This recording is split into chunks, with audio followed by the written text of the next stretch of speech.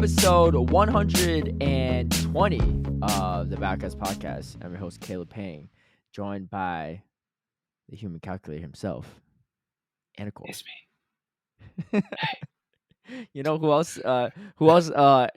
Has similar stress as you? Hey, Ishikawa boy. You think I Yeah. don't notice my own people, yeah? Hey, this guy Yeah. was cooking, you know, honestly. Yeah, maybe he had two calculators. You could have figured out that multiplication a little bit faster, you know. Hey, for those that don't know, Ishikawa boy, a Japanese content creator, world's qualified competitor from this past season, really good player and also a very spicy trainer.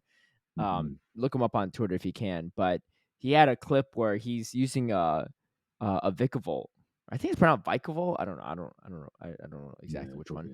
But and he's using two calculators to calculate, I guess, like his energy and his opponent. No, he's calculating his opponent's Pokemon's energy. Yeah. But because they have three Pokemon, so he said he needs a third calculator, right? I mean, you should just sit right next to him, right? You got him covered, right? Yeah, I mean, Yeah, next time I'm in Japan, I'm gonna hit him up. Yeah, you better hope it was like the old lantern counts or something a little bit easy, you know.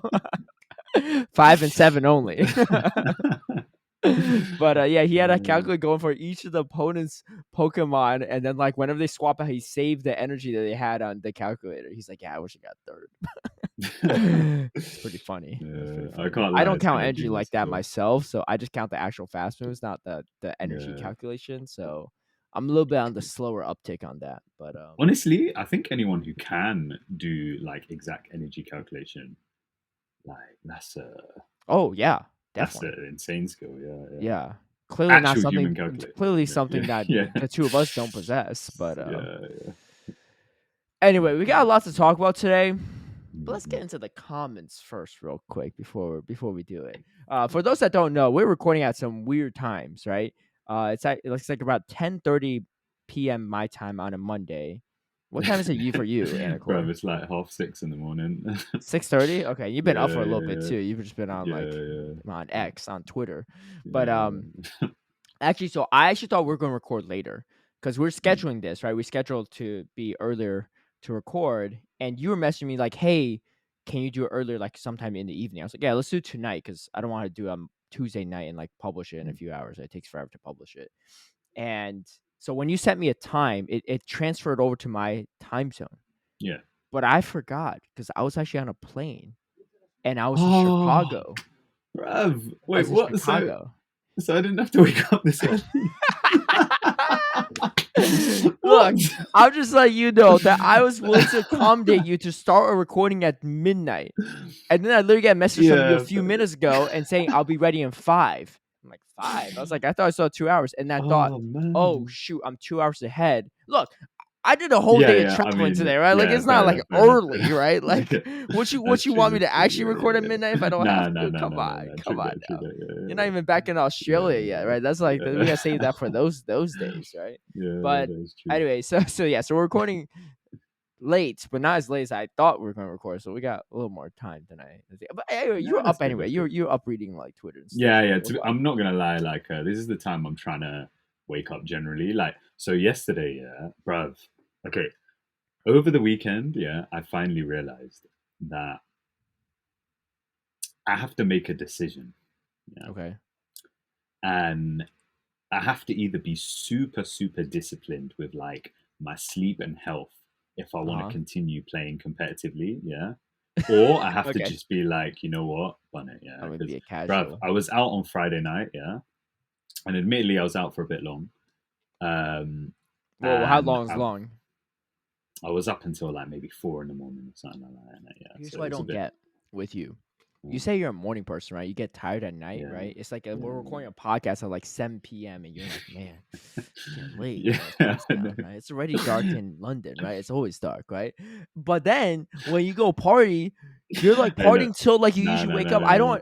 No. Like, I'm not even like judging you. I just don't understand how you can do it, right? Because I'll be honest. You seem like you can't even stay up for a podcast, and all of a sudden the party comes, you're like, yo, it's half noon, right? I'll be honest, flipping, without divulging too many details, Yeah. it was definitely apparent to me and another other person that I was way past my bedtime. You know? So You falling asleep at the it club or something? At the didn't. pub?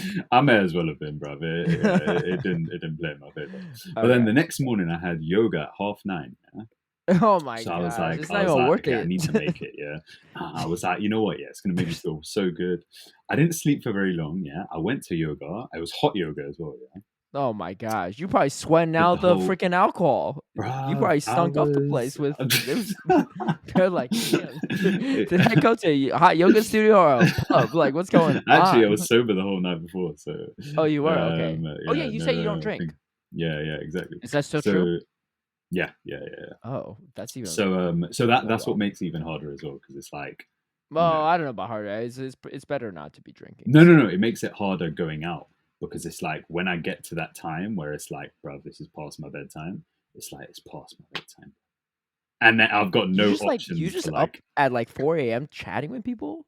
Yeah, I haven't seen people like really since I've come back. So that was like the first time Mm, I've seen one specific group. mm, So it was like I kind of felt like I had to, because otherwise okay, I just wouldn't. So right. Okay, anyway, hot go to yoga. hot Yeah. yoga, yeah, Uh-huh. and for the next 2 hours after hot yoga, yeah, I'm like, yo, like I'm on point. I'm miraculously cured. Yeah, the fact that I only got like a few hours sleep is not a thing. Yeah, Yeah, I don't know what and kind of hot then yoga you do. I never felt that before, but hey, a lot of I'm sleep built deprived. different. Okay. Okay. Sometimes good, sometimes bad. Yeah. Um, and then 2 hours later, I felt it in my head, bruv. I was like, I thought you said you're built yeah, different. Like, yeah. see a Like I difference said, 2 seconds later. sometimes You're good, built the sometimes bad. same as Yeah, everyone else, apparently. yeah. Seems so. So yeah, I was just like, and I wanted to like bang out Go Battle Day, and I just was like, my mind was not as focused, and I was like, you know what? I was like, I need to make this decision in it now. So yesterday morning, I was like, you know what? I'm gonna give myself 3 months to try and be super disciplined. Mhm. And I booked training, yeah, in the morning. I was doing like some class in it, yeah. So I booked it in the morning, 7:30 in the morning, bro. I like woke up a bit too early, and then by the time it was time to wake up, I was like, yo, I'm really tired because like I woke up a bit too early, and I just didn't go. But the goal is to be waking up at this time in it. So I feel like this we is a had step this in the right direction. conversation a lot, I though. know, bro, I but you know feel what? like It's we a had this consistent challenge. conversation. It's a Yeah. consistent challenge, I feel like and this is really I'm great up to it. training for if I ever to be a parent one day. Because then I got a kid that I'm disciplining, right? I'm like, Yeah, Dad, next time I'll be better, right? Next time I won't like cheat on this test, right? Next time I'll show up to class, I won't skip school. And on the yeah. back of Make my head, I'm like, progress. all right, all right, kid. Let's see what happens, right? I've heard this story a couple times. I know it too, right? I've been in a similar boat, right? Yeah, well, you know what? Yeah, as in my opinion, yeah, as long as they cheat a bit less the next time, yeah, there's progress. There's progress. You know what I mean, When your kid gets caught in school, the teacher be like, "What? Why you cheat again?" Be like, "Well, my dad said I cheat a little less, I'll be fine, right? Like I'm in a better spot. I shouldn't be in trouble. yeah, I'm bro. improving." It's all about the little upward trajectory. Sometimes there'll Eh, be dips, yeah, but you just got to keep on trying to go up. That's what I'm trying to do. yeah, So your thing looking like a freaking heartbeat. it is really, But it is a flipping roller coaster. yeah, But hey, okay, I'm step at all a time. right. We're gonna check back next week, right? How's Anicor doing on his scheduling and stuff, right? Especially Yeah, because it's going to bro. be right after another weekend too. So Yeah. we're This is gonna true. So we're far, gonna I have no plans for this weekend. So mhm, far, so we'll gotcha. see what actually happens. All right. Well, to cover the comments from last episode, we're actually going to cover one from the episode before because I caught it after we recorded. Mhm. But this one's from Justin Kim Woo saying, possibly my single favorite moment on the podcast thus far. Glad to see the U.S. isn't the only country with subpar math skills. This is the calculus segment. Also, the length of the show is okay. I feel like artificially truncating or prolonging to fit an arbitrary length would be worse. If you got the content, go for it. We Yeah, got some bro. content this week too, so Yeah. we going the I actually had my distance. brother ask. He was like, bro, as long as it's minimum 2 hours 20 minutes, because that's my entire drive back down to London. I was like, all right, say no more, bro. Wait, your brother drives to? How often does your brother make that drive? Every week. So Once a week or like every single day, like every once a single week, work once a day? week, Oh, once a okay, week. okay, Yeah, yeah, okay. Was it just to like visit family or stuff, or? yeah. Well, he works outside of London now, so he comes back on the weekend because where he Oh, works is like in the middle of nowhere, so there's like nothing to do there. does he So have like a like apartment slash like house there, yeah, or? yeah, yeah, Okay, okay. yeah, That's a good deal though. Yeah. All yeah, right. yeah, Well, hey, I do it for your brother. yeah, yeah. Wait, what was your brother's username again? Young Cass. Yeah, Young Cass. All right. Yeah, All right. All right. I need to see a picture of your brother one day, because I yeah. feel like no, I don't think I've ever commentated his battles. Right. Now, so he was Last year's on qualifier. only one time ever at LCQ, Uh huh. um, and I don't remember who was commentating. I think Speedy was commentating at Yeah, yeah. least, but Then I it don't wasn't remember. me because Then me it, and yeah, Butters and Speedy and Gabby. yeah, Yeah, yeah, yeah. So yeah. Maybe I'll maybe send me the.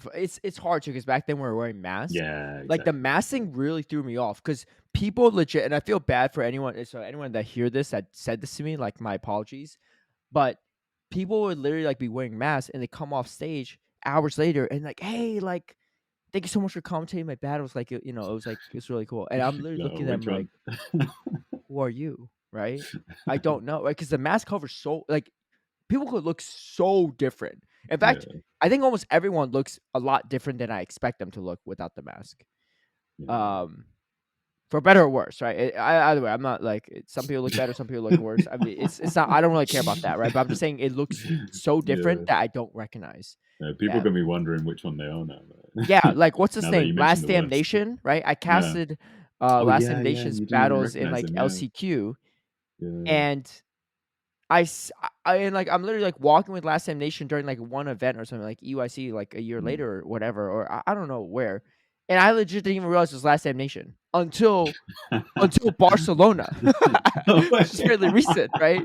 Where he like switched his name backwards, right? Yeah, And then I still didn't know it was Last Damn Nation until Inadequance accidentally said Last Damn Nation, and then like had to correct himself, and then people in chat were like, "Who's Last Damn Nation, huh?" Like as a joke. Which yeah, I also made that same mistake this past weekend, calling Hot Pocket when I should have been saying yeah, yeah. Out I of noticed Pocket. that straight That away. was hard. That was hard to do. I thought Well, like it'd be easy because to that just was say multiple times as well. yeah, I thought it'd be easy to just say pocket, but like it wasn't. So I like had to like very intentionally start saying out of pocket on purpose because you're Yeah, so used to saying hot pocket, like you're just like yeah. I like literally I said it so much that I had to like verbally address that I messed up. I'm like, no, sorry, I didn't mean to say that. I mean to say out of pocket. But they actually left anyway, Hot Pocket up on the graphic as well. yeah, So on it's a the like little very little stuff. Loose ends yeah. will tie up. So other comments. Kawhi said, "Haven't finished the episode yet, but no idea how Caleb doesn't understand the badge system." All right, look. So I listened back to the podcast, right? I Yeah. listened back to the podcast. I finally understand what you were trying to say. Well, how did you not understand before? Emphasis Okay. on trying to say, right? Because I had to double check with your Dracoviz boys, right? Just to Okay. double check, right? The guys that really handle the badges. Uh-huh. You're like the face of Dracoviz. You're not the coder of Dracoviz. Exposing me like Yeah, that. yeah. Yeah, Yeah. you're the spaces guy, right? You're the Yeah. networking guy. You're the article writing guy. Did I forget any other job duties? uh, event page guy, Asia Oh, correspondent guy. we Let really me added some now that additional you're job trying to duties. Yeah, yeah, yeah. Yeah, now you're you're the trying to guy. expose You're me. the Yeah, guy with a resume that like worked at a place for a month and has like 1,000 bullet points. Like, yo, I definitely did pick up a few pencils from my coworkers the other day. yeah, bro. Yeah, Hey. supply management guy. That's he called me that too, right? Okay, so what you were trying to say, because I now understand it, right? Like similar to not even GBL, the other playbook one badges is like, oh, if you made like GBL, except if you made like 45th or 41st place or something in Mhm. top GBL leaderboard, you get the top 50 badge, but you Yeah, wouldn't get the top 25 badge, right? Because there's only like a 50, 25, 5, yeah, and 1 mark, right? The separation, whatever. There might be a 10, whatever. I'm just saying arbitrarily. That's the general yeah, system. So what you were trying to say is that the top cut numbers, like the arrows on the bullseye yeah. badge, there's a 3 and And there's there's a a five. 5. Yeah.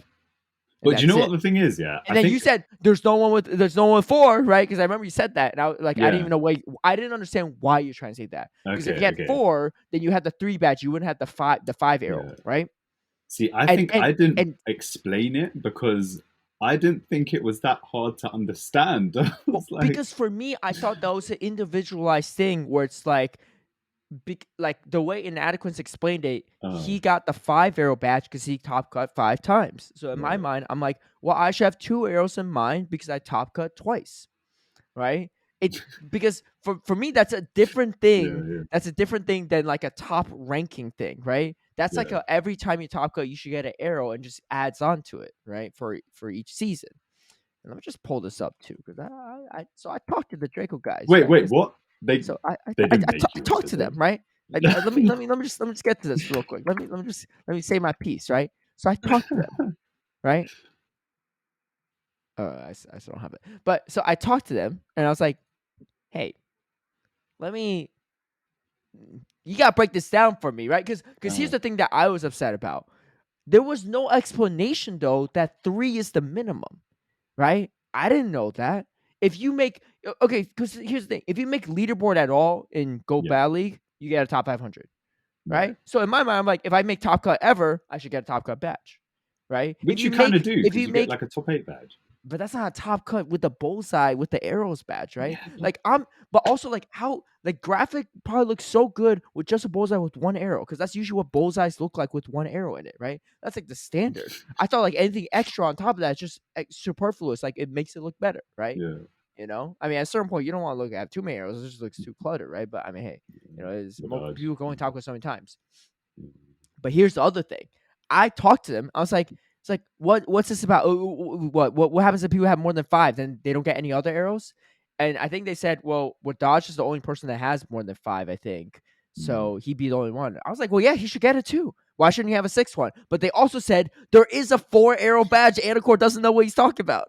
Wait, what? You don't know what you're talking about. Someone has 4. I don't know who top cut 4 times. Just look them up. But someone has Wait, wait, 4. wait. Yeah, yeah, it does exist because for them, they literally created a 3, 4, and 5 arrow. So I'm not fully wrong. You also didn't know what you're talking about, right? Because based on your assumption, that makes sense. But the reality is they just had an arbitrary 3 is the minimum and 5 is the maximum. And they could obviously extend it more. I mean, like it's arbitrary, but like I'm talking to the people that created it, right? They should be able to do it. Anyway, I made a strong There is case no for it 4. should be 2. Wait, wait, wait, wait. Someone has 4. Who's made Top Cut 4 times? Just looking them up. I don't Uh, know. But anyway, the website developers literally told me there's someone with 4. And I said, you know what? If who I can has make 4? Wait. someone I has need to 4. find this because I think that now that doesn't make sense to me. Well, yeah. Yeah. Yeah. Now you know how I feel. Now you know how I feel. This Top Cut thing doesn't make sense. You're right. We finally um, found some common ground, is what I'm seeing. okay, well, I'm gonna research that later Yeah, because you research. You let your colleagues know, right? And I made a strong case for why 2 should be a thing, and I think they eventually conceded to it because dude, you know how hard it is just to go to more than 2 regionals. Some regions can't even do it. yeah. You know how True, true, hard it is to true. go to more But than then, do you 2, know and what? then to get top cut I in think multi. maybe then we should like consolidate some badges. Well, I guess though, I guess these badges are like specifically Yeah, for like a season certain appropriate, value, right? right? Because Yeah, top 16, you could still be a top cut versus top 8. It might yeah. not. Oh, I Top see, 8 I is see, not I always. see. I don't know. I think it's fine. What's another badge? Well, Yeah, Dodge got like 100, right? There's yeah. clearly there's no limit, right? Yeah. And if I there wonder who has is, the most the badges. rest of us ain't going to hit it, right? That is true. That is true. Yeah. Anyway, so now that I explained it to you, Kwai, and all the listeners, now you can see my confusion, right? There's no minimum like explanation, and they clearly do have a 3 and a 4 and a 5, and they could make a 6. They just didn't make a 6 for Wadash.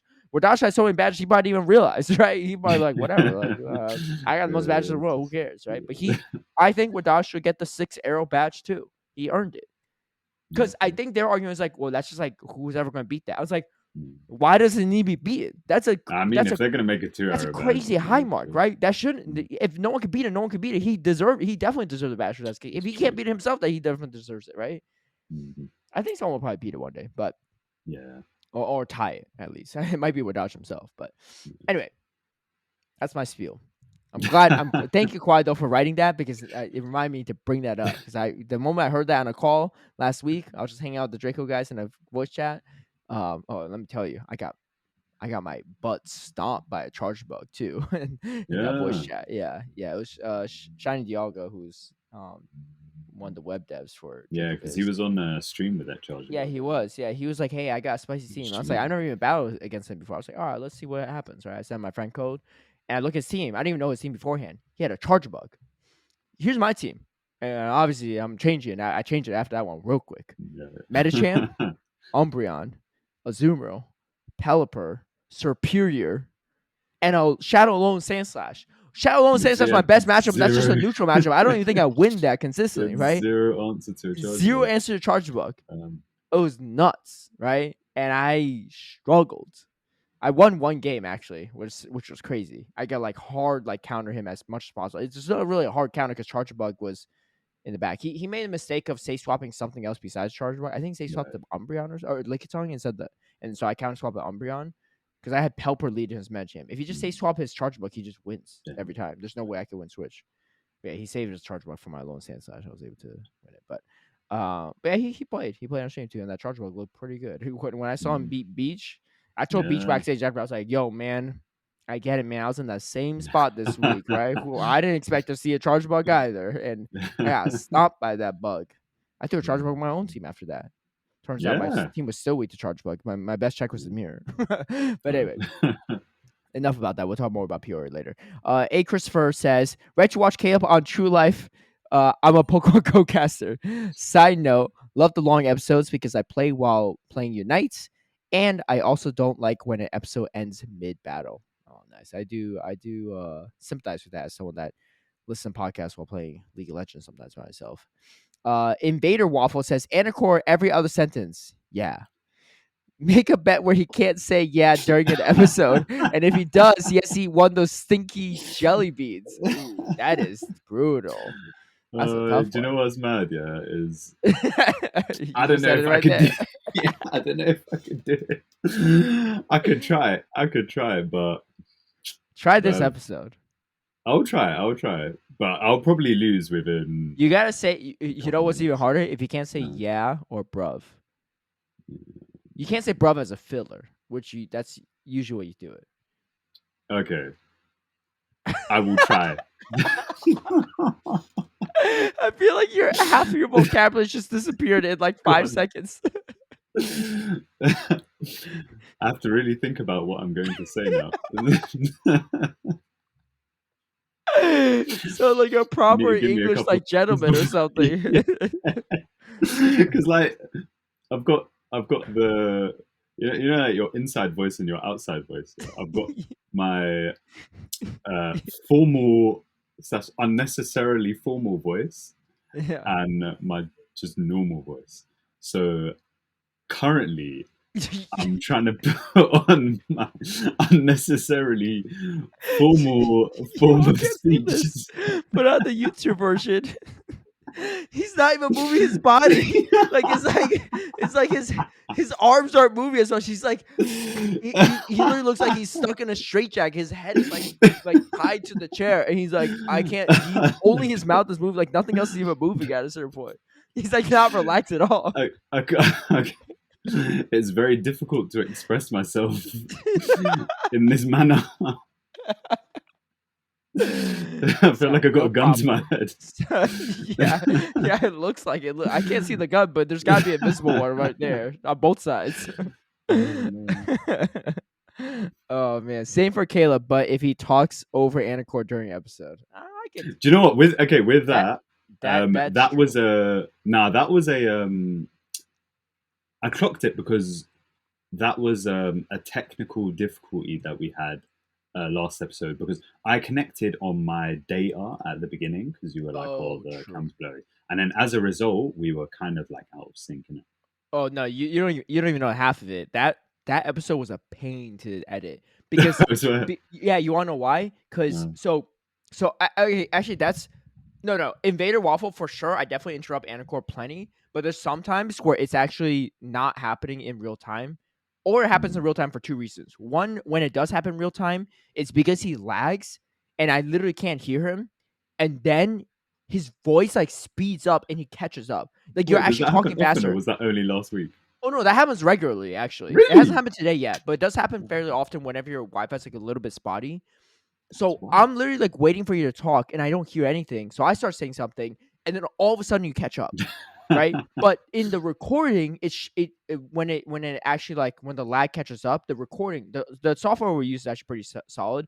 The recording actually saves it in real time. So when I download our separate audio files, it is like when it's quiet for me when you're lagging, you Mm, actually are talking. So when I edit it right. together, I start talking over you because I actually don't hear anything in real time. But after in post production, it does happen. But like, there's no way I can Okay. edit that, right? It's like I'm not going Yeah, like, yeah, what am I going to do? Like just like throw in a blank space, right? Then we're out of sync.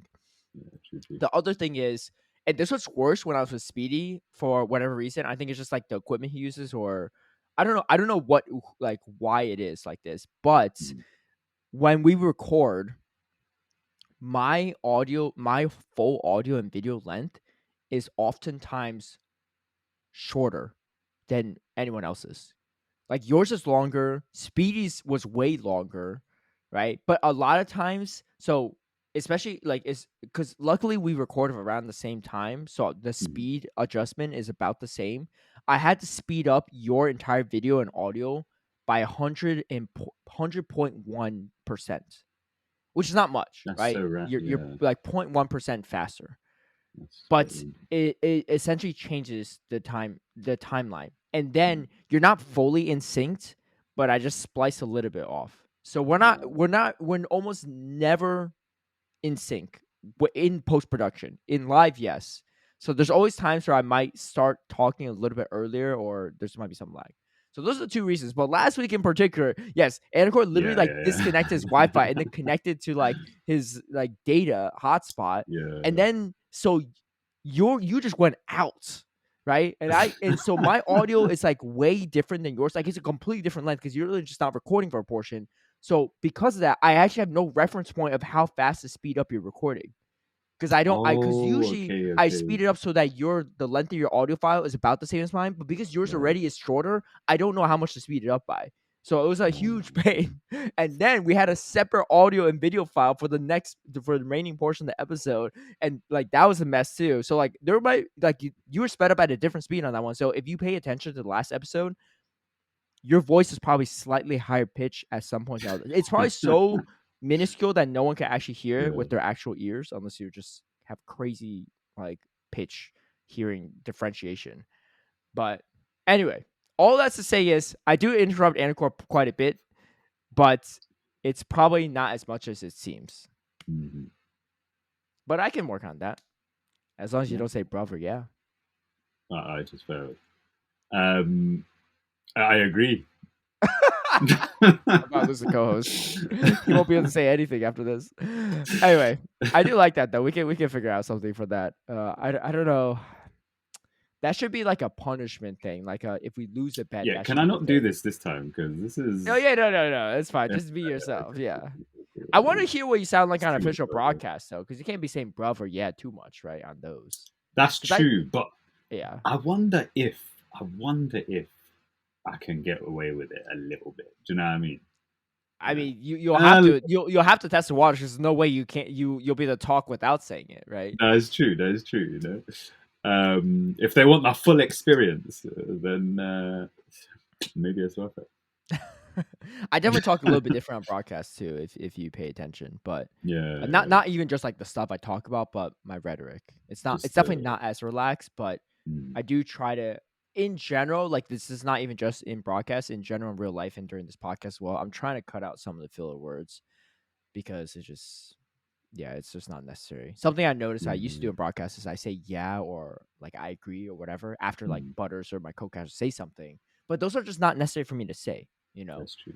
So, but Yeah, what I'm were you gonna say? wondering how because I used to think how um I used to think that it maybe makes people sound not as natural.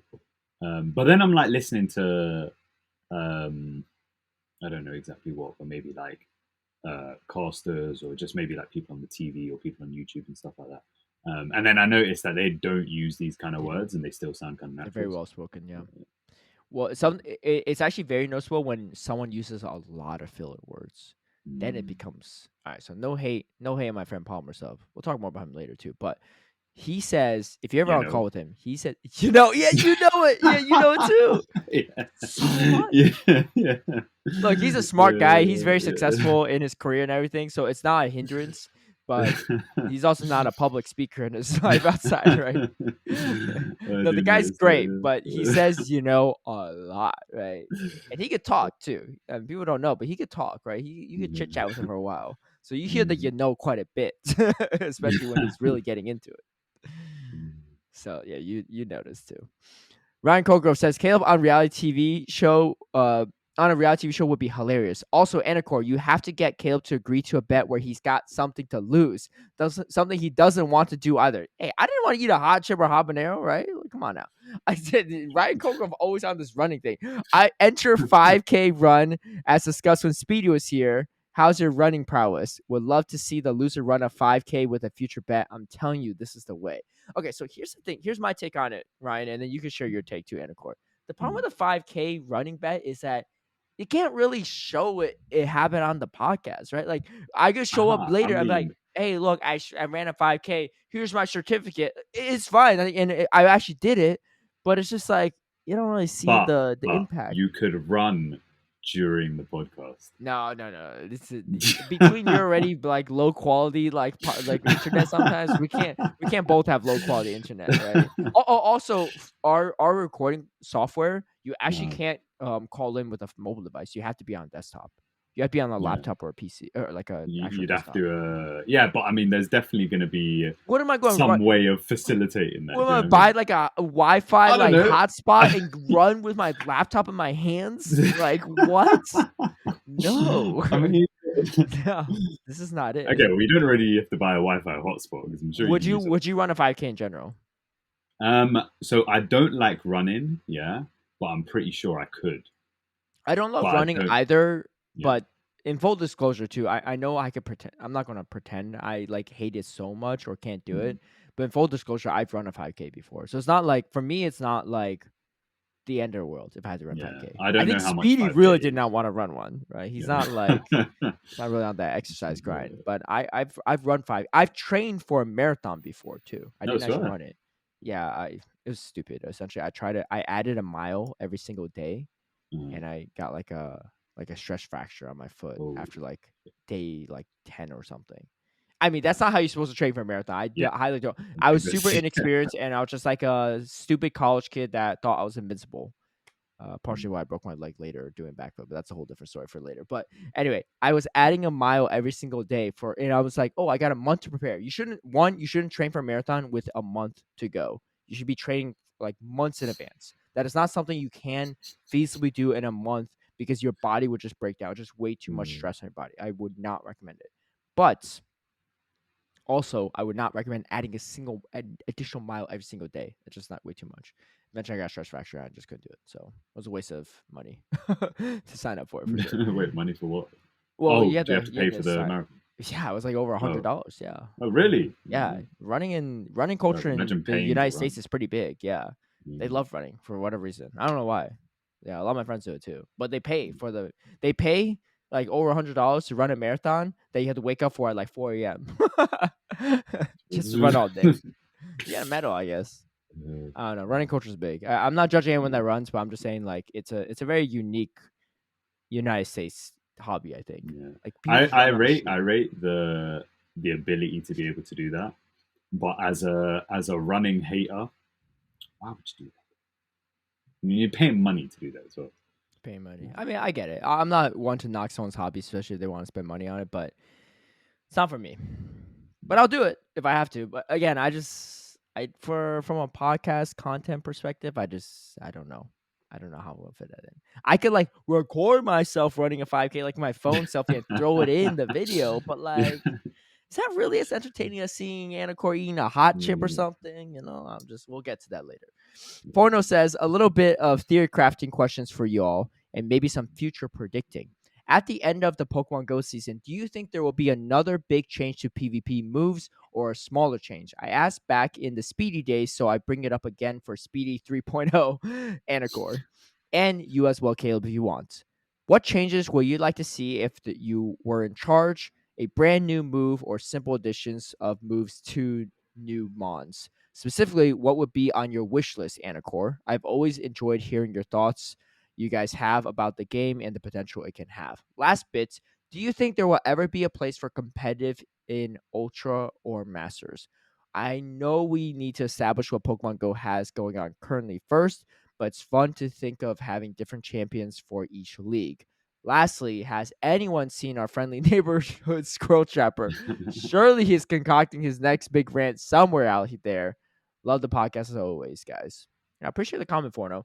And yeah, I'll let you answer first because I've definitely shared my own opinion on this in the past, and I don't even remember exactly what I shared, but I think my thoughts have probably formulated a little differently of late. Yeah. But what would you change if you were changing I anything? think so. I'm a fan of the um, okay. So I think it depends on what you consider big, right? So I think if it seems like there are certain issues in the meta that need to be corrected, yeah, then I think those should be addressed. But I think the approach of maybe buffing other Pokemon to address those issues in the meta is probably a bit better. And I think generally the Pokemon getting wider move pools is only beneficial for us, right? It just brings more diversity. It brings a bit more um, stuff going on. And if we look at the current meta, for example, aside from maybe Medicham, but the thing is, I don't even think Medicham's that bad. It obviously puts out okay. So Medicham and Lantern, they kind of cancel out mons of their typing, right? So it's like Medicham kind of means that there's no other viable fighters, and Lantern means that there's not really any viable water types unless it's a ground type as well. Yeah. So I think those two things are like slight issues which kind of cull diversity. Um, I don't know if there's an easy way to address that personally. Mm-hmm. But generally, I think the rest of the meta is fine. That, like, let's say, for example, once we get to December, I'd probably just like to see, like I said, unless there's a way that they can think of to address that particularly, then I'd just like to see other mons get new moves and maybe some, new mons pop up in the meta that can play, like a particular role. Do you know what I mean? Yeah, I think Niantic has done a great job, especially of the past 6 months of Mm-hmm. doing different move changes every 3 months, every GPL season, which is definitely good, right? Because I think, especially for the amount of tournaments you could possibly attend, I think some people are going to go to multiple in one meta, but a lot of people they might only be able to attend one or two in a meta. Mm-hmm. So even throughout one, official championship series year, they'll be able to play different metas. Assuming that we don't go back to the whole like we're only going to change boom burst, right? Yeah, yeah, Shindig. yeah, But yeah. I think so for me, I think if and this is not easy to do, but I think if there was a committee within TPCI, or maybe with the help of Niantic, of people to balance metas in terms of banning stuff and having Mm-hmm. restricted metas, I think that could go a long way. Because they do that for VGC. They have like different Yeah, regulation, blah blah rule blah, sets. whatever, Yeah, and they have like certain bans, certain things that can be used, things that can't be used. And so I think that would be a way to keep the meta fresh, regardless of what Niantic does from a change perspective. And I think that's yeah. really important because right now these tournaments are reliant on how Niantic balances these moves. On top Mm-hmm. of some like individual ingenuity, right? And like human catcher bug, for example, like Yeah. running that Shadow Charizard definitely inspired a lot of other people to do that. But at a certain point, you can only inspire so much things, right? Mm-hmm. Like that option running that water gun lantern, right? That was one way to kind of switch up the meta a little bit when there wasn't much going on for those 6 months. But I think I think if you have restricted metas, that were created by TPCI or with the help of Niantic, etc., you don't have to rely on these 3 months updates because sometimes the updates might not change as much. Sometimes they will change a lot, But if they straight up just banned Medicham and Lantern, the meta looks real different. You might not even need Yeah. fighters on your team anymore, right? I mean, Mm-hmm. Toxicroak still is kind of hard to use because Gligar's everywhere. Mm-hmm. So you might just straight up be running Swampert as your or like Obstagoon, who knows, Yeah, right? yeah. Vigoroth maybe. I mean, like, Do why you not know run what? Vigoroth when Medicham's out the way? What's really Yeah, beating Vigoroth at that it's point? true. One thing I like, I was thinking would be an issue with that is obviously the accessibility thing, and yeah. But Yeah. imagine if the first week of the season there was like an event that was like, okay, cool, it's a new season. Mm-hmm. Yeah, all these mons have been banned, Mm-hmm. but these new mons are spawning for this event this week, Yeah. and those are like low key the relevant ones for the season. Do you know what I mean? I think And that would then be it cool. kind of like alleviates the accessibility issues without having to go to regionals first. Do you know what I mean? Well, that's something that they did for Twitch Rivals. I mentioned this in a previous podcast Mm, when we did yeah, Twitch yeah. Rivals for Pokemon Go. They literally for 1 hour they spawned all the Pokemon in that meta for us to Mhm. catch and use, and we had to make unique teams with our Yeah. teammates. Right, it's like a team draft style, and it was so good because everyone could make what they wanted to make. I think the hardest thing you possibly could make it was a Mawile because you needed XLs for like if the Well, IVs probably weren't just a like lot of weren't counting. attack weight enough, right? And our accounts were only level 40, but yeah, I think it's a great idea.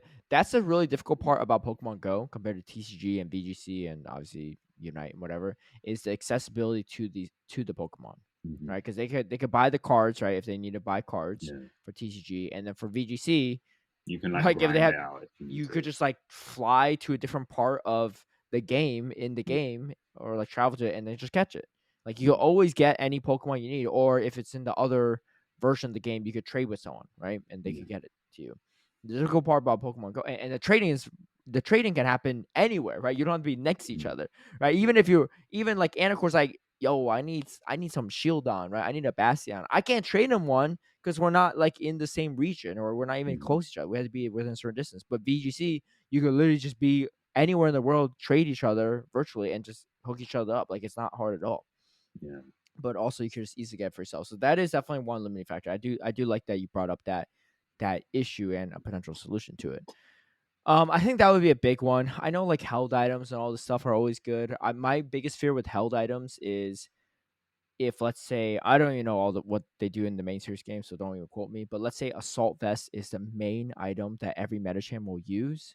Yeah. Even if you have a bunch of different held items, if you're not going to use any other held items on Metacham, it's just going to be the same like Metacham mirrors, but now with assault vest instead, right? So, but Just I with mean, longer hopefully, mirrors. like I think if held items are made really well, there's Mm. a reason to run a multitude of held items for each Pokemon, right? Yeah. There's not like a go-to for every one of them. I just don't from a realistically though, I don't think that's going to be the case. And that's not even a fault on Niantic or any game development side. I think like just certain held items are just going to make more sense on certain Pokemon, and Mm. that's that. It happens in VGC, I think, and it definitely happens in like other games. Happens in Yeah. Unite, right? Like you could customize a little bit, but most people are running the same like held items because like, there's really no reason not to run this one when it makes the most sense for this specific Mm. Pokemon. Like, if you're running like like for Unite specifically, whenever you see someone running a weird held item combination, they're a scrub. They're new to the game because it makes no sense to do that. And you know what? Based on the performance of the game, you could guarantee that there's a high correlation of them being a scrub. But so that's my only thing with held Yeah. items. I think it is a cool concept, but I do worry that it doesn't actually diversify PvP as much. Mm. I Just a think we bunch should of also pin things. down the things we have for the moment.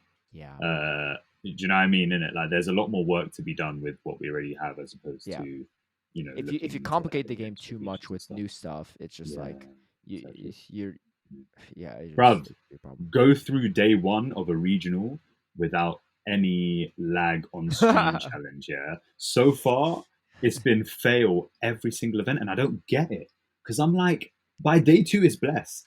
Every single event, day two they fix the issue, and I'm like, well, what were you not Yeah. doing? And So why is it every single time? I don't I can't say like whatever I say is like for sure the truth.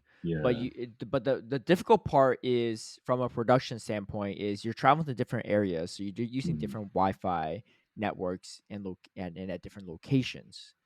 And look, I don't blame the venues for this, and I'm not saying that they're always lying, but if I'm a venue and you're asking about the Wi-Fi at my place, of course I'm going to say our Wi-Fi is golden, right? We got the mm, good stuff. Don't worry, you'll be good. And sometimes that is the case. Sometimes mm. the tournaments don't have lag, but a lot of times that's not But always I the don't case. remember the last time that there was a tournament that didn't have lag. I'm not gonna lie. Yeah. But the difficult part with Pokemon Go is also like any latency can impact the game, right? Because they're Yeah. so like every turn is a half a second. If you lag in VGC, you ain't gonna notice it, right? Like you got it's a turn based. It's like actually like a long turn based game. It's not as Mm, needed. And obviously, the trading card game. There's no Wi-Fi really there, but so that's one part of it. Um, I think the other part is that we don't have like a local area network. We don't have LAN, right? We don't have our yeah. own server built for this, which is what a lot of big gaming esports companies do. Like for League of Legends, you can bet they have LAN, right? I think they Mhm. started doing it for Pokemon Unite, so they're playing at zero ping.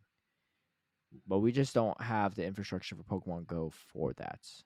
That's But I something don't that I think understand how it's like Niantic fixed needs to by develop. day two. Do you know what I mean? So Innit? It's so like so yeah, so if so what that fixes but day two? so I mean it's not always the case, right? I mean, let's be honest. Pittsburgh Yeah, Grand yeah, Finals was that's a little, that's true. Yeah. but what so part of it I also remember there was some lag when I was in my Grand Finals versus Berto in San Diego. That happened too, Mm, right? But so sometimes it could be like faulty wiring and stuff, right? Hardware. Um but sometimes it's network stuff, and like sometimes if the network's really bad, they reach out to the venue, and the venue people are trying to restart the Wi-Fi and doing everything too, mm, and usually they fix it, right? Like NAIC last year, like it was just really bad and they had to postpone a lot of things to day two. But you can be assured TBCI employees and our contract company were calling them nonstop to fix it, right? Because mm. unfortunately, like from a production standpoint, it doesn't look good for anyone, right? It's not like the Yeah. Pokemon company wants to see the lag. You know that they're doing everything they can, but the problem is like if it's out of their hands, it's out of their hands. They Mm, can only do what they can, right? The judges don't want to see that either, and they're working around the clock too. So mm, it is I'll put it this way: if it was an easy issue to solve, it would have been solved, right? it's yeah, a true, it's true. a it's a tough situation, unfortunately, and I don't think anyone wants to see it, right? Niantic, TBCI, casters, spectators, definitely not the players, Mm. but I think LAN would solve it. It's just not a thing we have right now. That's just my take on it. Ultra League or Master League, though, as a potential format. What do you think? Yeah. So you know what? Yeah, I feel like that would be good to happen, right? Eventually, right? Yeah, but I Ultra think the League in same thing particular. is, yeah, I'm but gonna, the I'm same gonna say thing, this. accessibility issues. Mm, I'm obviously a Ultra League bias as someone that plays Ultra League in all the factions yeah, and team formats. But Ultra League is the highest skill, has a high skill ceiling for Show 6. yeah, uh, I probably Minus these agree with damn that. timeout games. Holy crap. Yeah, but I mean, the thing is that like low key, that's a That's also a part of skill. the yeah. Do you know what I mean? And that's Yeah. part of the skill.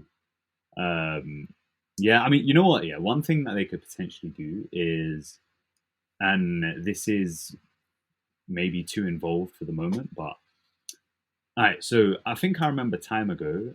I think Speedy was discussing that Niantic basketball game, and apparently they Oh, have yeah. some like in-game like competition tournament thing to qualify for some world tour. I mean, whether that would actually happen, I Well, did he don't know. say that? I don't remember that part, but Yeah, yeah, he was saying. I mean, okay, so assuming that's true, okay. um, then having some sort of like in-game GBL tournament, a bit similar to like BGC, how they have the online challenges and stuff. Yep. That could be a good way to make Ultra League and Master League a bit competitive. But again, it would Like like as in in like officially competitive. so Um, like a Show 6 in game format? yeah, but obviously they'd have to like implement Yeah. the like infrastructure to actually do that. That would probably be the most fair because it's like again, it's not put in a barrier. So let's say, for example, if you were actually earning championship points for it, that might not be as fair because it's like, you know, if you don't have the resources to do that, then you're kind of locked out of it. Whereas if you can, give different prizes for it, then do you know Yeah. what I mean? It's like the people who can access it, they can enter it, and they don't have to travel anywhere as well. So it just balances it a bit more, but still makes it, official, makes it competitive.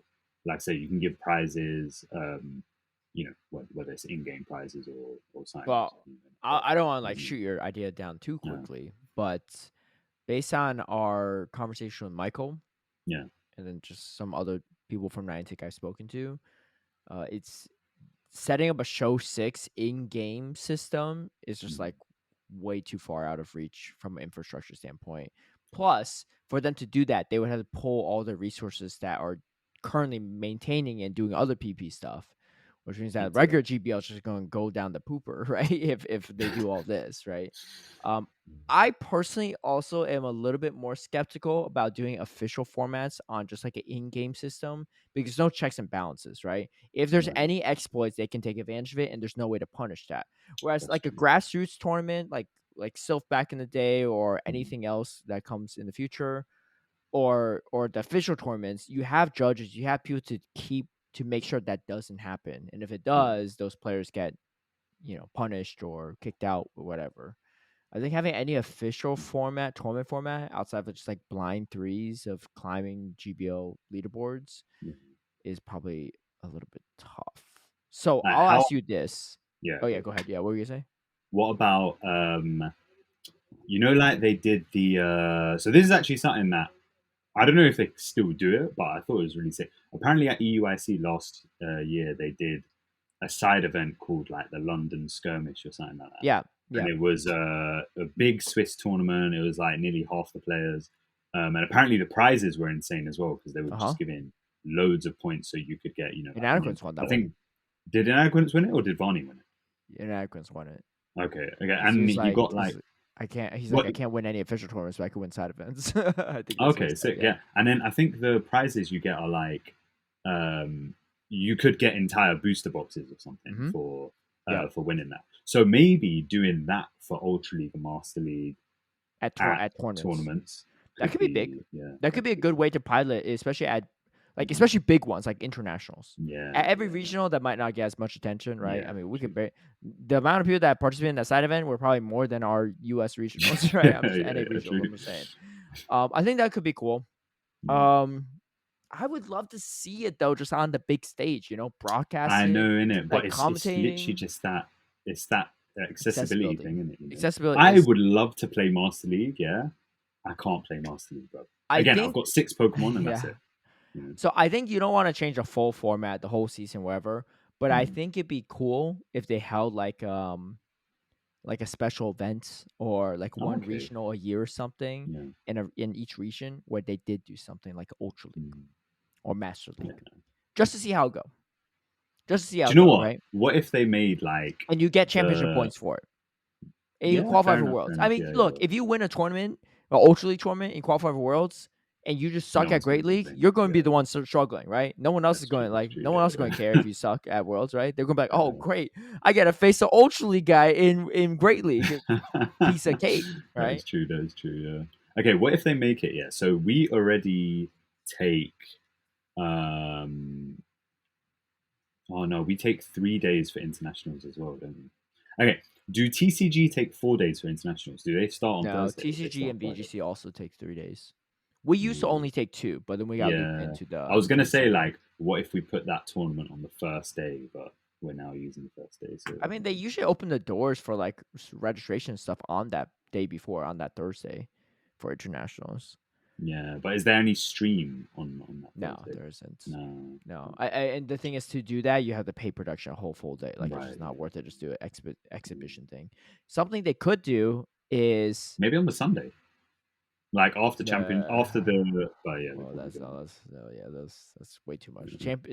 Sunday's already like the big Just for production, and yeah. that's also on the main Pokemon stream. They have Mm, like, we don't really have any time just for Pokemon Go to do more than just the grand finals or maybe winners and losers yeah. and grands. I don't know. Depends on the events. Like in Worlds, we only had a chance to do grand finals. That's it, Yeah. right? Like they didn't have any other time. I do wonder because EYC last year we did like some caster battles, right? Me, Yeah. Speedy, Dancing Robin, Emmy Weedle, stuff like that. Maybe we could have done Ultra League for that one, Show 6 Ultra League. As a way to like pilot it, get people interested, see what Yeah. people think. Yeah. I think that'd be cool. Again, I think it's a really cool format. Accessibility is Mm. a huge problem. I do Yeah. think though, I mean, Ultra League in general, I think is a little bit more accessible these days because there's a lot of Pokemon in Ultra League that don't require XLs. Cobalion, Mhm. Virizion, arguably the two best fighters for sure. Charizard, the best fire type, right? Giratina, like no XLs needed. Tapu Fini, no XLs needed. That's Yeah. 5 Pokemon right Galasport, there, yeah. right? Steelix, you need XLs, but like you don't have to build like a rank 1 Steelix. Mhm. There's Yeah. options, right? Swamper's still pretty good. Trevenant's good. You don't really need XLs for that unless you have like a really high rank one. So and it's not a lot. So I think there are definitely cheaper options these days, and I think it is feasible to build a really solid team. Mhm. And I don't know. I will. I don't know. Let us know your thoughts. Well, Master League is a much different beast. Master League Show Mhm. 6 is expensive. Like that is like definitely a pay to win like situation, right? Yeah. Ultra League, you don't have to really pay to win to get the That's stuff. true. That's true. Yeah. Registeel, yes, you kind of have to pay a little bit, or you can slow grind it. But again, you But don't to have be to run the honest, if rank you're 1 like, Registeel. You can run yeah, I the feel normal. like with Reggie Steele as well, it's like people are already um, catching loads of them for Great League anyway, so it's Yeah. more likely that they're going to be, able to meet at least Yeah, the once. difficult part with Registeel is they're not always in raids. So if you're newer, you Yeah, have to true, spend true, a true. ton of dust to get your first one, just in general, and then how you can get the XLs after that, right? That's true. That was a long-winded way to answer that question for no, but yeah, let's start moving on because we got a few more before we get to the topics here. Uso says, "Can't wait for the next episode." At the time of this comment, I have finished reading several drama manifestos, then read half-cocked responses by people patting themselves on the back. We will get to that for sure. I personally wouldn't call it drama, but I guess some people can classify as drama. Mao Zedong says Shadow Hisuian Sneasel has been available for a very short period of time due to a mistake on Niantic's end. Ooh, Only in New Zealand, though, obviously, Hisuian Sneasel as well as Hisuian Sneasler have therefore been banned from all leagues in GPL ever oh, since. Cheers and keep it up. I did not even realize that. I had no I idea, had no bro. idea. They Yeah, kept that hush hush. Okay, that makes sense. that is Maybe I missed the mad. news. So there's someone That out there makes with sense. Yeah. the Shadow Sneasler. So maybe that's why Mm, they've been banned, and maybe that it doesn't mean that Shadow Hasnu and Sneasel it's or coming out Shadow soon. Sneasler are actually coming to Rockets Yeah, anytime soon. Because I don't even think I've seen any leaked like stuff about that. yeah, same. So Yeah. okay, really good to know. Thank you for the clarification. So we hyped that up for no reason, but I mean there wasn't Yeah, really, for it's not like the most hyped Pokemon anyway, yeah, so it'll be fine. King Duck's Pool, following up from a couple episodes ago now, was so fun casting with you, Anicor. Wouldn't have guessed it was your first time. Looking forward to doing it again soon. Keep up the great work, guys. thank you. If you need a guest, And let yeah, me it was know. enjoyable. I King think Duck's we Pool, smacked it. yeah, King Duck's Pool, let me know what the awkward moment is, because I still didn't find it that awkward. I didn't actually look back and check, but You not I'm saying sure there bruv or yeah and being like a little frozen brick was more awkward, in my opinion. Yo, we got the leaderboard leader himself, although it might be changed after this weekend. Hi, yes, I went, this is you, Pancho. Hi, yes, no, I went to a bunch of locals, 3 cups, 5 challenges so far, besides Pittsburgh. I got some flights under $20 on Frontier, I know, to attend cups in Colorado and Arizona. The Arizona one had J-Jam, Munchlax, and Flying Pizza. See what I bruv. mean? It is This not. It, guy, it could be affordable to travel you know under what? Yeah, $20. It's you wild. Pancho, if you can, please write a guide. Yeah, because honestly, yeah, I would love that information to be available to um, other Americans. Yeah, because Yeah. I mean, the kicker for what's the kicker? Okay, so most of the tournaments are hitting that 80 player kicker for the championship points. Uh huh. The next one above that is 128. I'd And like and to at again, we least see talked about some how that tournaments being above really 100. hard. because Yeah, if yeah, it has to be at least 128, and if the cap is 128, you need all 128 to show up, and that's but super hard. all the caps in the US are way higher, so Oh yeah, I it's think that's not an issue. 56. Yeah, we're So not hitting. We're not even hitting the not at all. 128 cap Yeah. like the old cap. Do you know what? It's really unfortunate because Barcelona didn't hit the 128 cap, even though they were sold out because I they. thought I saw 120 in the brackets though. Yeah, do you know No, what? no, I One of saw the one. No, no, entries in the sorry. bracket I was saw a buy. 120 in the Curitiba one. I think the Yeah, yeah, Barcelona yeah. one So actually had I'm a I'm yeah. assuming I'm assuming Curitiba probably did meet it, but I think Barcelona one of the entries was a buy, Mhm. and it's a bit like it feels kind of bad because obviously like someone had messaged and been like, "Look, I'm not going, so can I get a refund?" But Yeah, then yeah. it would have been after the ticket redistribution, and so they didn't redistribute it out, and that just meant that a lot of players didn't get their 50 CP, which Yeah. is a bit unfortunate. And tough too because you all don't have locals in your region either. Yeah, You exactly. Pancho. Oh, sorry. Go ahead. Yeah, were you gonna say anything else? No, no, no. Okay. You Pancho also said, "Question: Would you mind if I grab some sounds from your video to use as sound bites? I'm looking around the 2 hour 32 mark specifically. You Pancho again. Who is this guy? But maybe others. Hey, feel free to. I think it Go was for it, bro. probably Anicor that said that because I know who you Pancho is. Just Yeah, saying. I have no idea, Yeah, put some but respect it on was that good to name, know. Anicor. Yeah, Yeah. no, I don't. Yeah, you're talking about how Now you I know know. Now everyone I in the know. world. You're the networking Yeah, guy, right? For DracoViz, hence you don't even know you Pancho, the yeah, current leader of the I know. You championship educated points, me. Yeah. not just in the North America but worldwide. Oh, three Also, cups is impressive. yeah, yeah, 3 cups and 5 challenges. Yeah. Ending with a fun fact about locals: if you attend 6 cups and 6 challenges, 4 players each, and lose every single game, you will be top one on the leaderboard right now, exactly 252 points. What? Uh, That is mad. Yeah, look, I I think it I don't sounds a think bit getting fraud. rid of locals is a solution, but No, I think I don't know how you balance it. I just give think us but locals, bro. this is how VGC and TCG does it too. So Mm, honestly, if it's a system, it's a system. yeah, they've had It's enough time to figure that out. yeah, I think so. There's pros and cons. Mm, The pro is if you work hard enough, you'll have a pretty good shot at qualifying for Worlds. mm, The con is the quality of battlers at Worlds might be a little bit lower than last year's. mhm. Maybe the first year or two. I don't know. The first year's weird because like it was like half a season. There weren't a lot of Yeah. opportunities to qualify. But is that the worst thing in the world? I don't know. Because for No. me personally, like I've been reflecting on this a lot. If you don't get the opportunity, you can't really prove yourself. And I think Yeah. there's some people, especially this upcoming Worlds, that probably wouldn't have qualified under the old system, but Mhm, they do in the new system, and they might make a pretty far run, mhm. a way farther run Yeah. than I mean, what's El Che, right? Yeah. Like that guy, if he just lost one additional round, he doesn't go to Worlds. He doesn't get top 4 in Worlds, Mhm. right? Like absolutely wild. Like that Yeah. could have been any that could have been anyone, right? In any region that had a similar issue that placed third or Yeah. lost like one crucial battle that and stopped them from winning it all. So I think this mitigates that potential issue. So I think you'll have more potential underdog stories, but maybe some of the gameplay might not be as clean. But it is what it is. Yeah. You I know, think also though, I don't know if there'll be more players at Worlds this year, but I think another issue though is the like the whole travel award system. Do you know what I mean?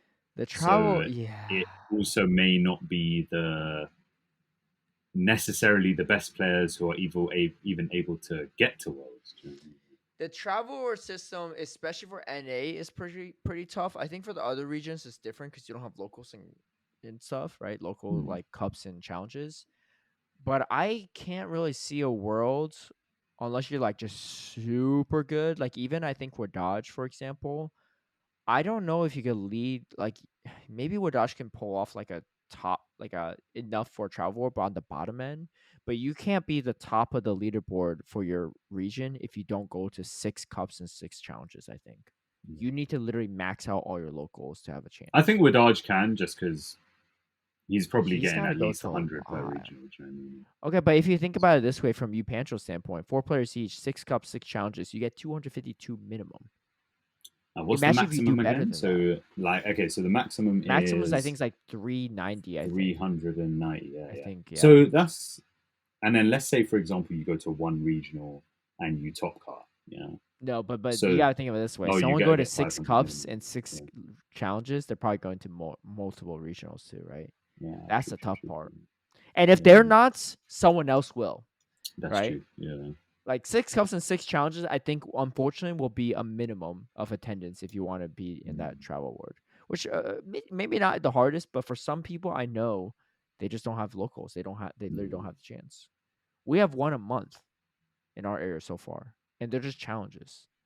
And I'm in Yeah, that's LA. peak. Yeah. You'd expect more in LA anyway.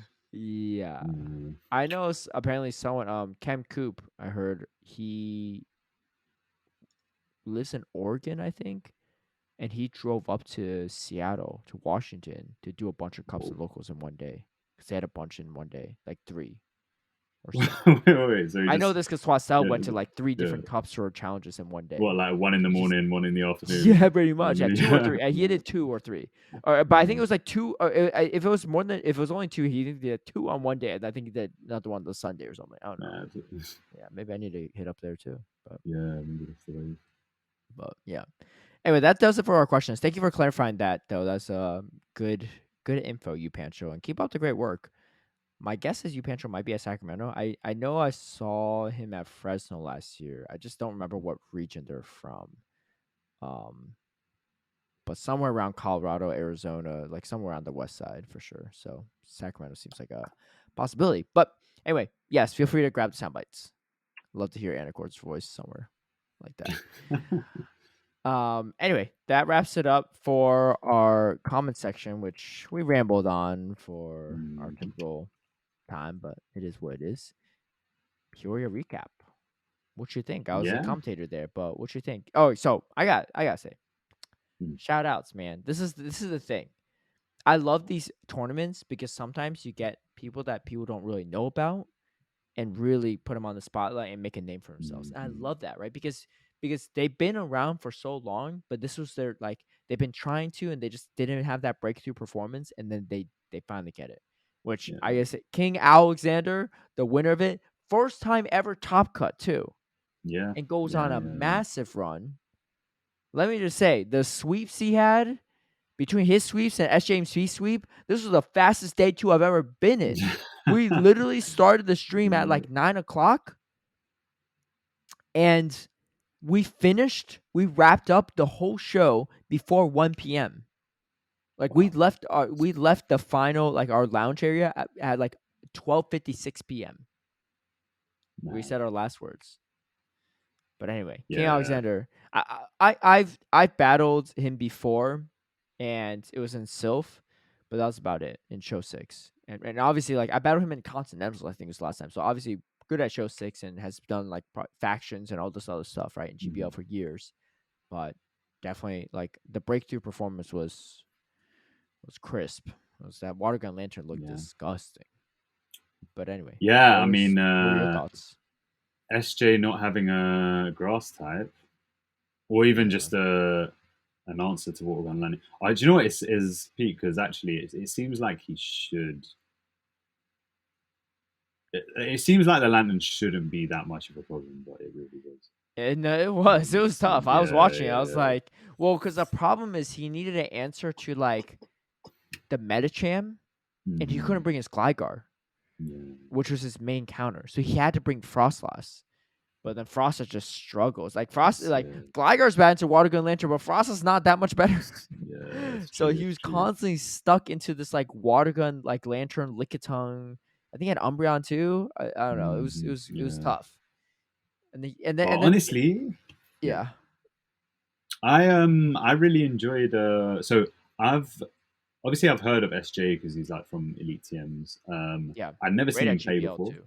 Yeah, I like I know that people rate his skill just like in general, right? But yeah, I'd never seen him play, and honestly, I was super impressed. This guy is Yeah. insane because I like his playstyle as well, where he's just constantly like switching and banking energy, Mhm. and watching him as well. Yeah, being able to like process all of that is definitely quite a skill, Mhm. right? Like already figuring out win conditions is like quite an important skill. When you're Yeah. figuring out win conditions that involve switching multiple times, in between clocks, and then remembering that you've got that much energy on that one that you just switched out on, and you're Mhm. reaching your timer in 50, like, bro, that's a human calculator. That is a real human calculator. I was super He impressed, played but really well. I think my yeah, only critique for him is, yo, yeah, get that mental game strong, man. He gave up a few times. yeah, First game of winners bro, finals, he had a buy Sam loaded. He just didn't throw it yeah. because he thought he already lost. Honestly, yeah, And then this one, I really don't blame him for. The last game of the grand finals, he could have won yeah, yeah, yeah, yeah.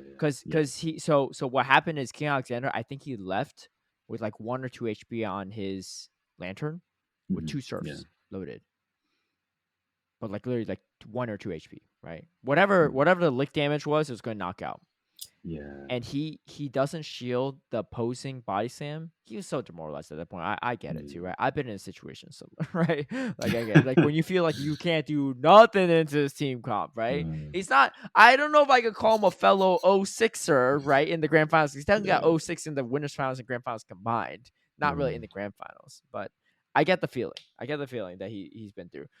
So he could have shielded. He mhm. shields his Lickitung. He throws a body slam to knock out King Alexander's Lickitung. His lick damage takes priority over any of the surfs. Yeah, He like even if he loses CMP, like he doesn't need CMP, he doesn't need a move. He just throws one lick, he wins. But yeah, I mean, again, you gotta win 5 more times after that game. yeah. That's It's true. tough. It's true. Yeah. I That's think tough. there was like one or two other games as well where towards the end, I was thinking the same thing. I was just like, I'm pretty sure all your win conditions aren't exhausted at this point. Yeah. Do you know what I mean? In it, Yeah. but it just felt like he was, just kind of But like, he put on an incredible show, and honestly, yeah. after going 0-3 in winners finals to fight back with a 3-0 in the losers finals, Hmm. and honestly, it was against another lantern user, but clearly Spark was the difference. Like the Spark was Yeah, just yeah, not yeah, as yeah. oppressive. I think that was definitely a big difference, right? Because That's a huge difference. Yeah, then your swamp hurts a lot better. yeah. I guess your Gligar's licky's a lot better. better. Your Gligar's like Gligar's you could better. actually bring like he could just actually just bring his team. I think Hmm. like there's other stuff that made his team really like him really struggle. I think why I don't know why he had a Alolan Sand Slash, right? I think his Alolan Sand Slash really he didn't. Oh no, he didn't have any No, seal. He didn't have any seal. yeah, No, it was yeah no it was nighttime it's clash just that that had Alolan first Sand guess. Slash. I just remember he Yeah, was like he just looked like a different person in those games, right? He felt like he was yeah, more free, and no question about it, he had a huge team comp disadvantage. So yeah, I don't like no one should knock him for having 2-0-3 sets against King Alexander, right? It is a tough situation. Yeah, he maybe could have won 1 or 2 games, but does he win the sets ever? Really unlikely. yeah. It is an Like uphill battle. Yeah, it's super uphill, no matter how yeah, good you are. But King Alexander just capitalized on the advantage he had. Like he knew yeah. he just He didn't make mistakes. he really didn't make mistakes. I Yeah, mean, he probably made like a few micro mistakes here or there, but yeah, like nothing but crazy. nothing Like major. nothing that like those mistakes are ones that you could argue aren't mistakes too, right? They weren't like Yeah, very clear. But yeah, it was impressive. Nighttime Clash though, I gotta say, bruv. This consistent, guy is just good. he's just climbing. He just you That's could it. tell he gets better every tournament too. Yeah, man. He's Let's check improving. his. You got people that have been playing this PvP stuff for years and are not improving like he is. Mhm. Look at this. I He goes from 17th twice and then 33rd at Milwaukee. The 17th again is like a high group stages, yeah. and then 7th at Fresno, ninth at NAIC, 5th at Pittsburgh, 3rd at Peoria. He's Well, going to Sacramento. yeah, He's going hey, to Sacramento. So that's, better watch out. mm, He he's says doing bits, Lantern's the man. He's best doing bits. Pokemon. I think maybe he you think he'll He's already switch to water halfway type Lantern? to qualification as well. I did. There's no way he doesn't go to Worlds, especially with the Yeah, championship point yeah, system. yeah. The question is, does Worst he case, want he to could just go to chase? locals. Yeah, yeah. I don't even think he's gone that. But the question is he going to try to go for the travel award? Honestly, with the amount of events he's going to, I'm You might feeling as maybe he doesn't well. need to. Yeah. I mean, but you might as well, right? Yeah, I guess so. I guess so. Because But if he's yeah, doing this well consistently, like some of these trips are starting yeah, to pay true, for true, himself, true. right? Third place, you That get is some true. decent cash prize out of it. Hmm. You sell the cards, you can make some money. Yeah. You can make some money. T Risa too. Yeah. Do you know what? So, Impressive. I think he's been coaching like, her. Yeah. yeah, and I guess She's again, she's only been playing for 4 months. Her line calling is insane. Yeah, yeah. because she just had the perfect combination of Pokemon. It's just unfortunate that obviously, like, mechanics wise, and I think Yeah, some of the counts aren't some there, but typings and things. but the thing is Um, like the count stuff like people have been playing for years and don't know that stuff, right? It took me exactly. Yeah. years to know these counts. And like I was just lazy about it. I just didn't know. I still don't know some of these counts. I'm playing against a Gliscon Ultra. I'm like, dude, what is the counts on this again? Bro, I'm like, that's an easy thing. oh, Let's take a oh, Volt Switch I user. got, I got the human calculator telling me what's easy math here these days. Oh, excuse me. Just I know sorry now. if I know now. It's the same as Alolan yeah, Sand Slash counts, but as the spokesperson for numbers everywhere. Volt Switch is a bit tricky. I'll give you that. yeah. Um, But she played well. and you She know was what? in a tough bracket. I only just found out that flipping Water Shuriken is 14 energy, and I've been thinking it's 13 energy literally since it came out. And every single time I'm surprised, I'm like, where did they get that extra move from? And I actually looked it up. I was like, 14 energy. I was like, oh. I was doubting my Are you own going on this like educational numbers. spiel of like 5 seconds earlier, and then now you're saying how you also don't know the counts? Yeah, yeah, yeah. Anyway, let's That get back to one. Peoria. So, Yeah. um, yeah, she played really well. Hmm. Only 5 months into the game, and Yeah. she legit was only 5 months because we were trying to do some trades after. I was like, she's like still needs Tapu Fini. I was like, I got Mm. some Tapu Fini I give you. Like, what can you offer me? She didn't really have much, so I was like, Yeah. I'll take a sell seal, I guess, for Ultra League. Yeah. But it's fine. I don't mind. I have extra Tapu Fini, but Yeah. so really, yeah, she really didn't have much when I looked at her inventory. So really goes to show that anyone could really do it. You Yeah. really can. You really can. I mean, she got ninth place at Yeah. Peoria Yeah. after Yeah. Yeah. 5 months of And playing. you know what? Honestly, also, Impressive. there's argument that she could have, because I thought she was going to top cut, right? I think She could have. if she realized the points where she was lagging as well, that would have played a bit in her favor. Yeah. That's another difficult thing with the lags in it. It's just like you have to also be able to recognize it yourself. Yeah. So arguably, she was on the road to top cut. You know, Yeah, Peoria was stacked. It was really yeah, stacked. I mean, we had Kimmy Sui and Rise Occasion on the loser side of the bracket. yeah, that's how stacked it was. and hot pocket. I'm recording. Out of Okay, out pocket. of pocket. No, out of pocket didn't even make it to top cut. Yeah, as in, but he was losers and got to the losers finals. Yeah, his first matchup was against Bulk. Yeah, He did not have an easy run, and he had to close it off against Kimmy Sui, which that group itself was intense. He had like Kimisui, him, Khaleesi Bolt, Fitzy actually took a Snots. hop out of pocket. Yeah, 2-0'd him. yeah, Yeah, that was not an easy bracket. Mm-hmm. Yeah, Khaleesi has been on a roll too. 2-0'd pocket. I think she beat Rise too in the previous one in Pittsburgh. Yeah. Anyway, I mean, either way, this is a good point system for people to get something out of their travels at least, which is nice. Yeah, if they're doing something. What you think about the meta? You like it? I like it. Diamond Punch Matchup looked good as hell until it didn't. Yeah, but I mean, the thing is, I think it didn't necessarily look bad. I just don't think like people were bringing psychic, and I don't want to say it's a case of like people doing the comfortable thing again, but I don't think people are doing the comfortable thing again. Because again, in this particular meta, what are you really using psychic for? If you've got the Medi Slayer breakpoint, do you know what I mean? Yeah. If you've got the Medicham breakpoint, then what are you really using psychic for? Frostlass now. Yeah. 2 Frostlass in the grand finals. When's the last time we ever seen that? Never. That's true. Yeah. Frostlass actually looked pretty good. Frostlass was a really good meta call by well, everyone that ran it, but especially S Hmm. James P and King Alexander. Yeah, Better into the Diamond Push Metacham. Not great, but better into Powder Snow, Alolan Sandslash.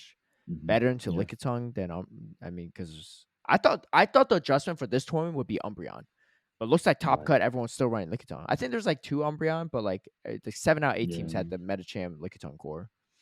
yeah. I'm curious Nearly what's everyone had a nice type. yeah. Yeah, most people didn't have steel types, which is the weird part. Yeah. I'm curious how yeah, I don't know if Shadow Dragonite is it. I don't know. Shadow Dragonite was like it looked okay, but it just like looked a little frail. Do I don't know. you It know looked what? like this top cut was like just straight bulk all over the place. It was like so many games look like they're going to time out. Like Teddy Bear versus S James Speed's games all look like they're about to time out. Like I remember at one point Teddy Bear didn't swap out a Pokemon and just let it faint. I'm like, dude, you're about to lose to a timeout, man. And like, but he didn't lose it. He must have had a better internal clock than I did. I was sitting there Right, watching backstage of Butters. I'm like, man, this guy's gonna lose to a timeout. Like, and you knew that was the strategy that SJC was going for. Wait, I right. was actually mad confused by SJC play. Look, he's better player than me, so I'm not even like hating on him. But he was throwing straight last resort at a Metacham at one point. Do you know why? Yeah. So do you know what? I looked at that, yeah, and I was But like like, he did that. He only did that in one game. The other games he was throwing foul play. I was like super yeah. confused. At like I full was health, wondering if shields it was up. a case of like he either wanted to um, get the last resort in first because he knows that he's going to have to throw it in the Right. one shield anyway. No, no, you're right. But he Mhm. kept throwing it is the thing that threw me off. He Um, threw two or three. The first one, okay, I get you. mhm. I said it too during my commentary because I remember Yeah, commentating match was like, oh, it's kind of weird, but okay. But it was one of those cases where King Alexander didn't even care about switch man. So I don't even. I think like he might have shielded and like he just gave out the med gym. maybe he was also trying to like kind of lose that match just to get a bit of a fun. I don't Why know. is just No, no, not uppercut that that? whole match, but like Yeah, just that yeah. particular matchup. I don't know. I mean, Um, maybe I should ask him yeah, specifically, but it didn't really matter. It was just anyway. The meta seemed cool. yeah, It didn't seem super diverse at the top, but there were interesting picks. We had our first ever top cut Carbink this season. yeah, We also had our yeah, first ever top cut Glaring Sunface this season. yeah. Weird to put those in the same category, but Bro, yeah. literally, I love that the guy that ran Carbink, his name is Rock Haven. Like that could have been yeah. a better name. That guy There's was no pretty fit, cracked too. yeah. First regional ever. Yeah, so you First know regional what's for really nice SHP, as yeah. well is that like a lot of these players you could like check their profile and you see that like they've been playing GBL and you Yeah. know hit high places on the leaderboards previously. So Rockhaven apparently peaked top 50. Well, he was ranked 40 Yeah. um, Which is like not one bad, season. but it's not Yeah, like the highest placement ever, which is like it's pretty impressive he still did super yeah. well without like well, I guess he But might you have know done what? show six I elsewhere. wonder. Yeah, I wonder Sylph.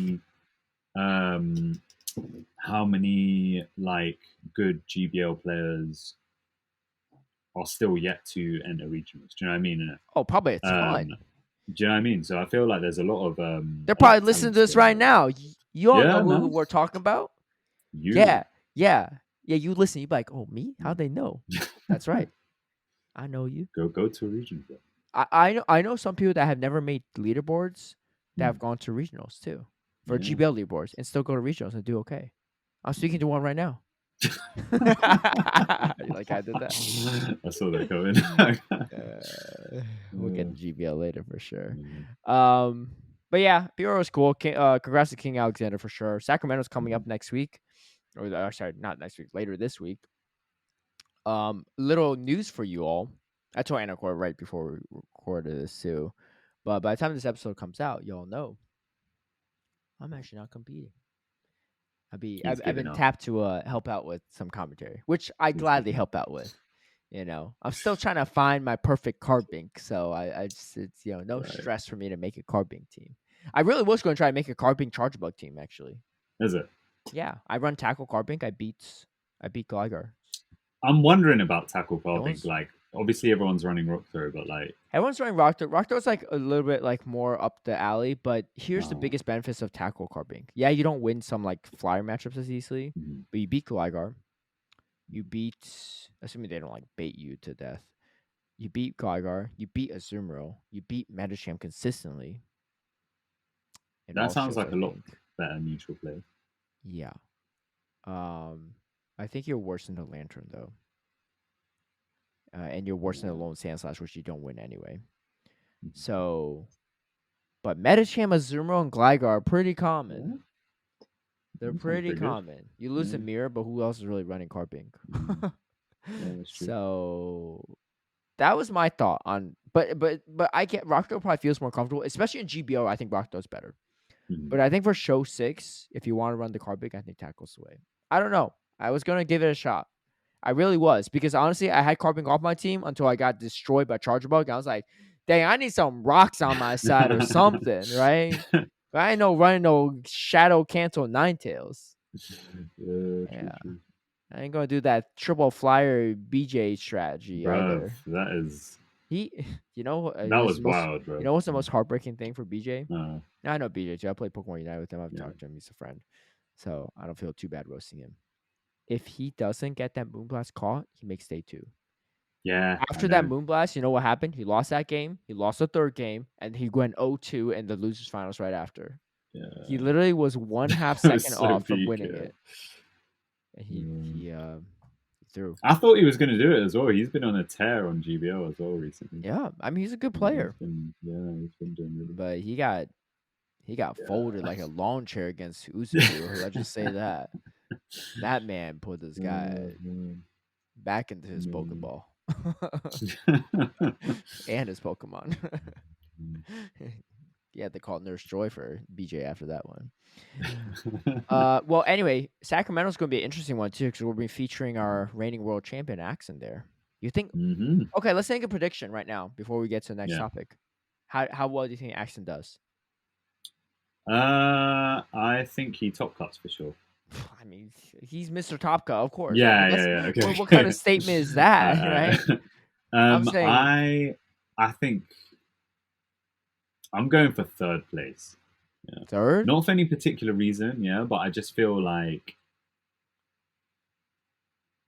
I don't know, like again, he's qualified already, yeah. And obviously he's still like up for the challenge, but I think maybe his sights are more directed at the ICs as the challenge as opposed to some of these regionals. So not saying he's not gonna try and not gonna do well, but I think maybe he's not gonna prep for it as much as he would if he actually still needed to qualify. All right, So I think 3rd. 3rd. I'll make the call right here. You heard it here first, everyone. 1st place. He wins it all. Okay. He wins it all. I'm You know why I interested to say see. this too? Oh. Him and Wardaj, I guess Ruby's Master too, right? I haven't seen a lot of Ruby's Master for sure. I think Ruby's had a really good team, but he also played incredibly well at Worlds. Mhm. But I'm just let's just for the sake of less data points for a Ruby's Master. Wardaj and Axon at Worlds look like a cut above everyone else. Like the way they played was just like they looked like they were playing a different game. You know, like whenever when they played against each other, it literally was like absolutely wild, right? The stuff they're doing. That's true. Right, like minimal mistakes, but also like the mid to end game decisions were just like on a separate level. Like it's not something regular players think about. Like It they were looked like an just anime, innit? yeah, yeah. It looked like an anime fight when they're like moving so fast you can't see what they're doing because the animators probably got lazy and they just drew a bunch of scribbles instead, right? But if that was happening in real life, right, that's what it looked like. And Axon looked like that when he was in Portland. Like when he played in Portland, that's when he went first there. That's how he looked. Like he literally looked a cut above everyone else. Shady Equation gave him some trouble for sure in that winners finals, but like he still found a way. But like he was struggle, but he was still like playing like out of his mind. And I think out of everyone going, I think he takes it. I think he either takes it or he just gets people have cheesed really registered? hard and doesn't make Top Cut for some reason. But I think I don't know if I can see anymore because I'm no longer registered for it. But let me see. Oh, did they take it? Yeah, I'm no longer. Let's see. Play dashboard. Because Yeah, I also I don't don't know know. who's going, but It was. I I don't. want to give. I know. I think Elite's going. Nighttime Clasher's going. All the LA guys are going. I think Dre Flames, RC Cola. You know, I'm trying to name Swablu people, right? Because RC Cola gave Yeah. me crap. Be like, yo, watch out for the Swablus, right? I'm like, all right. X Gerald's going. Uh, I don't know if Boom Bro's going or not, but a bunch of Swablu guys are going.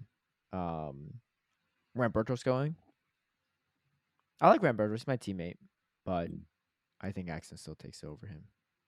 I hope I'm wrong for the sake of our team and everything, but he got that fresh jersey though. We got that fresh Cool Cats jersey, officially approved to wear on stream. Jeez. So, Hey. I was gonna Official wear it proof. with him, Nice. but I got the call to action, and you know what? I'd happily commentate. The California Prince will take a seat on this one. Take a break. Give other people a chance to second place. Yeah. But I was looking forward to trying some Charger Bug. That thing was disgusting when I was using it. I don't know how Shiny Dialga lost to BJ, because BJ was the one that 2-0'd him. Triple flyer. Yeah, he had triple flyer. Yeah. It's crazy. Mad. It's crazy. I mean, I guess Altaria could muscle through, but anyway, okay, so those are our predictions for sure. We have events coming up. Nothing too wild, but again, we're recording this like going into Tuesday, so maybe something else happens.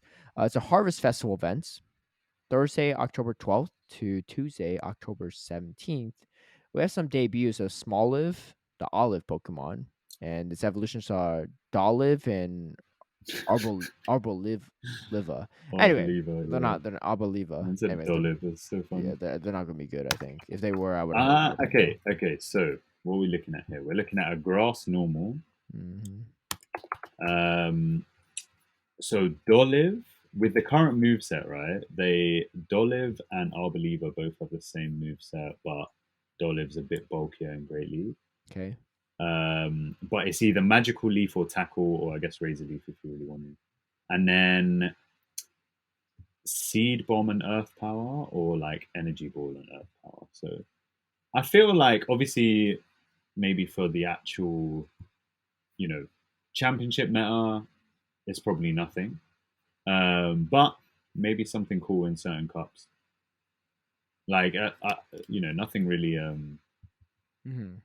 has that same sort of role, right? Like grass Right. normal, and then grass and earth coverage. It's kind of interesting. That's bad. I don't know if Arboliva. What is it ranked in P-Poke? That's probably terrible.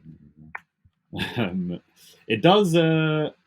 It does get to Ultra League stats without XL. It's not on the rankings yet.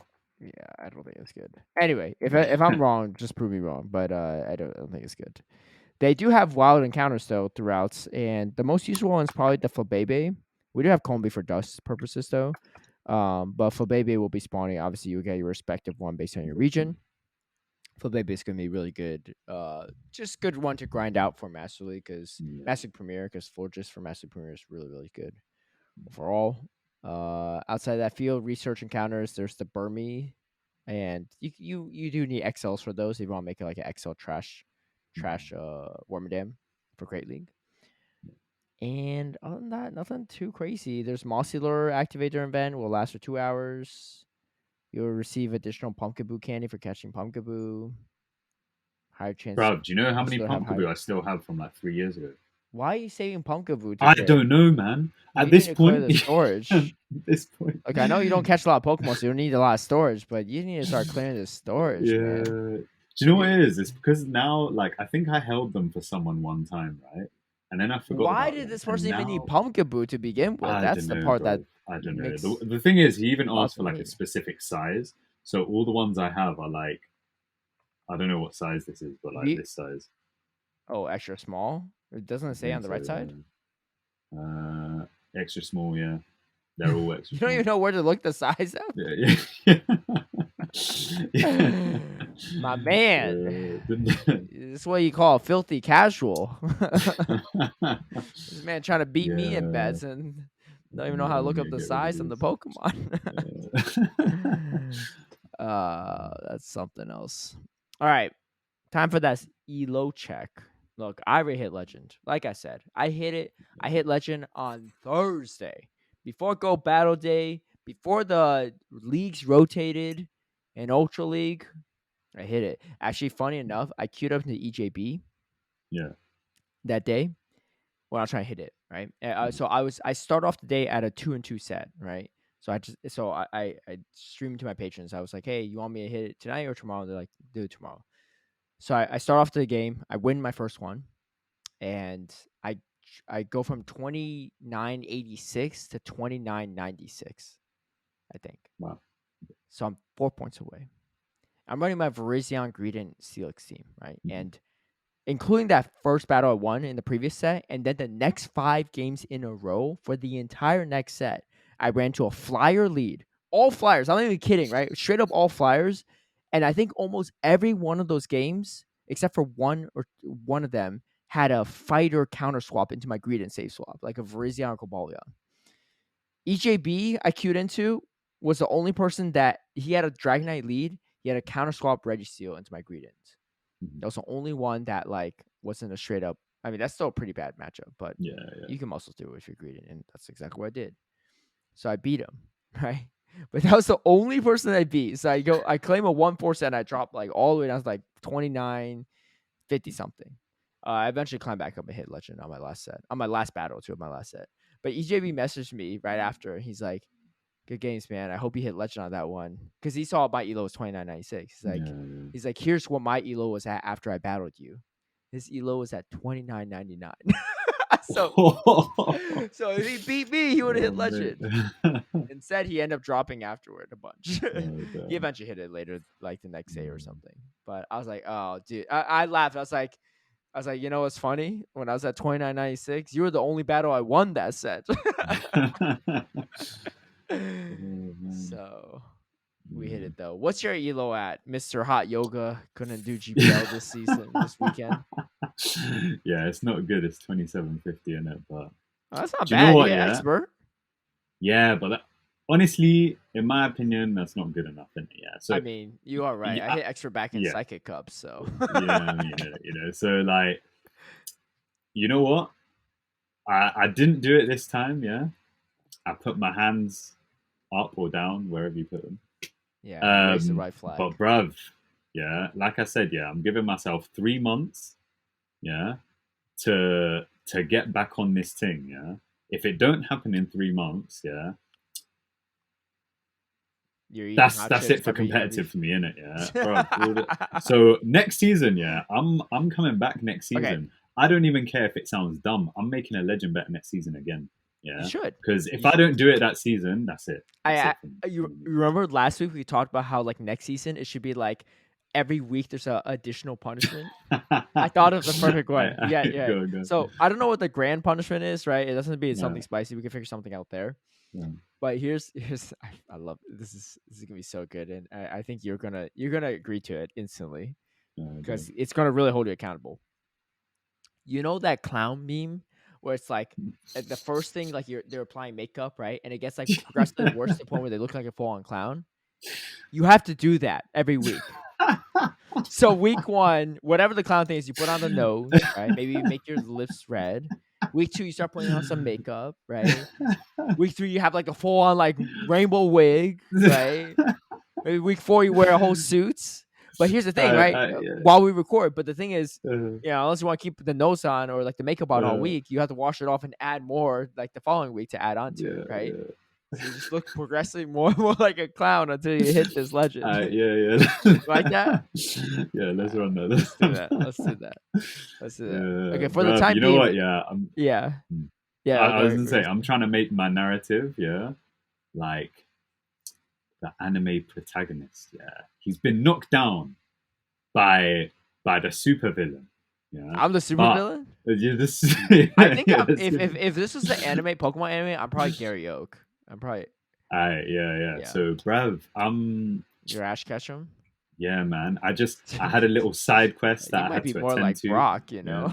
like peaked early, but nothing really doing much afterward. Yeah, well, I had a side quest. Yeah, I had some villagers to help. Yeah, I got a bit sidetracked. Yeah, You I got helping no off the villages, beaten man. You're path. just busy partying and going to hot yoga. Come on now. What's the side quest? Wake up in Yeah, time for hot yoga. pretty much. um, Yeah, I'm gonna get the fans behind me. Yeah, I'm gonna. Okay, okay. If you really want to know if the fans are behind you, we should uh, like take like a poll and see like if they think that if they that I think can they're do it next gonna season. yeah Yeah, yeah I yeah. yeah. That's how you really know. Fans, hey, There look, should be my some. dedication is gonna be on point. Yeah, Okay, I ordered a thing to set up my bed. Yeah, the little heating cooling thing. I'm I serious. don't even know what Yeah, that I is. got hot yoga after this recording. I'm serious. I'm telling you, man, you're making this too complicated. I got no heating thing for my bed, no hot yoga, nothing. Or I'm not even sleeping Yeah, eight well, that's hours a nice for night. some. Yeah, that is nice for some, but No, I no. gotta What I'm do what I saying gotta is like, do. there's other things you could do just to improve your game without doing this stuff to get to Yeah. legend faster. Like, you think if when I'm coaching my patients, I'm like, yo, but what about your hot yoga? Is it scheduled yet? You got that water bed ting yet? Huh? You think I'm saying that to them? No. I'm like, look, this is how you optimize. Right? Oh These are some man. counts. This is some strategy. Yeah, but you know what? Okay, you know what? Yeah, you know what's wild? I played my best few sets last night. I was at my friend's house, and I'd earlier that day I'd gone to training. Yeah, I had a nice little protein smoothie afterwards, but then I didn't eat anything until then. Yeah, and I was eating dinner at hers, but beforehand, yeah, I was sitting in this, I was sitting in this like little sofa chair, yeah, Mhm. and the lights were like kind of dim-ish, but not completely, and there was some Mexican music playing in the background. Yeah, bro, I played the best sets I've played in weeks. Yeah, Really? in that particular scenario. Yeah, so I'm wondering what parts of that I can like harness on a regular basis. Yeah, to get that You because remember the thing were is, you shazamming the songs? You need to put oh, that I know what dim songs they stuff. were. Yeah, Oh, I know okay. exactly which songs they were. I also know exactly how dim to put my lights as well. You know, like, well, hey, I'm gonna try and recreate that setup everywhere I go. Yeah, like, Oh man. see if it It's works. okay. You keep me posted. All right. Yeah. Here's one way we can see if this routine's working for you or not. Uh, Right. This is for your own good. All right. This is my yeah, suggestion. You don't have yeah, to follow it. yeah. Mhm. Don't try to dial it in next season. We still have 60 days left in this season, right? I'm Yeah. trying to dial in this season. I know, I know. Yeah, yeah, yeah. Start trying to hit that leaderboard, Mhm. right? Start I trying to want to get hit those the leaderboard, Draco bro. Viz badges, right? Yeah, Start 100%, adding on, right? You can't just have 100%. play Pokemon badges, right? Start Yeah, yeah. I'm if you not don't giving up. I'm if not you don't giving have up. a single leaderboard badge at the end of this season of GBL, Then good luck next season. it's hopeless. Yeah, yeah. But Yeah. yeah, 100%. I'm not giving up now, innit? Yeah, like obviously for me, this is only half the journey. Yeah, 2750 is not because bad right now. You could easily start climbing to it's leaderboards not right great. after. It's not great. The thing is that like previous seasons, I had already hit legend by this first go battle day. Do you know what I mean? Really? Like, or like a bit. Are you sure? There's been seasons where I remember one in Maybe. particular because I got like It denied my might be the status only time. one you really Um, did it. maybe, Yeah, maybe, yeah. maybe. But like, do you know what I mean? In it, yeah. I'm just like, That's pretty I quick. shouldn't be lagging that far behind, but No, no, no. you know, I mean, oh, okay, yeah, maybe expert, yeah, for sure. Yeah, I guess if you hit yeah, yeah. legend Like on go about personally, day, that's different. personally, Yeah, like, 'cause I think me so, personally, I actually hit it pretty quick this season compared to past seasons. mhm. But I had the gas pedal on because I didn't know what I was dealing with, Yeah, right? yeah, Like I knew Speedy was gonna take his time in most situations, right? I see, like especially when we're in broadcasting, I see he's not GBLing, right? You know, Butters backstage is GBLing, so like, so I should know he's like, oh, I'm using that charger bug right now while like we're waiting to commentate a battle, right? So mm, he's actually grinding. But mm, Butters, bro, he I'm on slows it. himself down. He's like, yeah, man, I was at the 2800, 2900s, and then I started playing Ledian in Great League, and I dropped 200 points. Shadow Ledian. I'm like, why are you playing Shadow Ledian? Because Mm, match him everywhere, you know? I'm like, yeah, I mean, I get you, but like, you're just gonna use get a destroyed by Medicham counter then. Fly Score and like every other flying Pokemon. Like, why would Mm. you run? Why run that one? Yeah, I forgot to make a joke about it during the broadcast. I was gonna try to bring it up somehow, but I forgot about it. But Mm. Oh, we'll bruv, you guys had to stall out that one time. You were making a whole Oh, was great the one league the team and dispute everything. ones? Yeah, yeah. Yeah, bruv. Oh no, it was Pranav versus Rockhaven. I remember that one. Yeah, there was we had to Yeah, yeah, reset some yeah. stuff. I think. Yeah, Yeah, that was kind of funny. I we can't lie. did. Yeah. Mm. You like my team? Little Pelipper double grass action, little flyer double Yeah, grass. yeah, yeah. Yeah, You use it? No, probably not. Right? no, I don't know if it's that good of a team. If we wanted to use Pelipper, that would be the game, but I don't think Pelipper is great in an open grade league. No. All right, so you've lost. I already added the score to the all-time bets list. I don't think the hot chips are still in stores, so I don't want to have to go to a third party. If it's not sold by the official company anymore, let's do a habanero. So we'll talk about that after this Okay. podcast. In the next episode, you eat a full habanero, 3 minutes, no liquid, no food. They sell habanero in your local grocery store, right? They should do, yeah. Okay.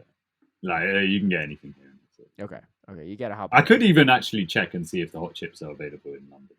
Yeah, take a look, right? Take a look, but but I don't want you to have to like buy from like some sketchy eBay person, right? Who knows what they did with that chip, right? So or that crisp. Yeah, you want to make sure it's a real one. Yeah, that's true. It could be just Not a just a regular Pringle, Dorito. yeah. Bro, this is nothing, bro. I'm like something's up. A Mm. habanero's a habanero. All right, well we'll figure that out. But unlike Speed Chief 2, Speed Chief 3 gonna really do this. I'm actually gonna do it, bro. Yeah. Okay. You know It's gonna what? be like an episode of Hot Ones. Yeah. I'm gonna do it right at the beginning, and we're Episode just Hot gonna do Ones. the podcast. Okay, so here's the plan, right? Because I already alluded to this earlier, but you were like, "Oh, hold on. Well, we don't know if I'm going to lose yet." Now that we know if you lost, if you did a habanero or the hot chip, right?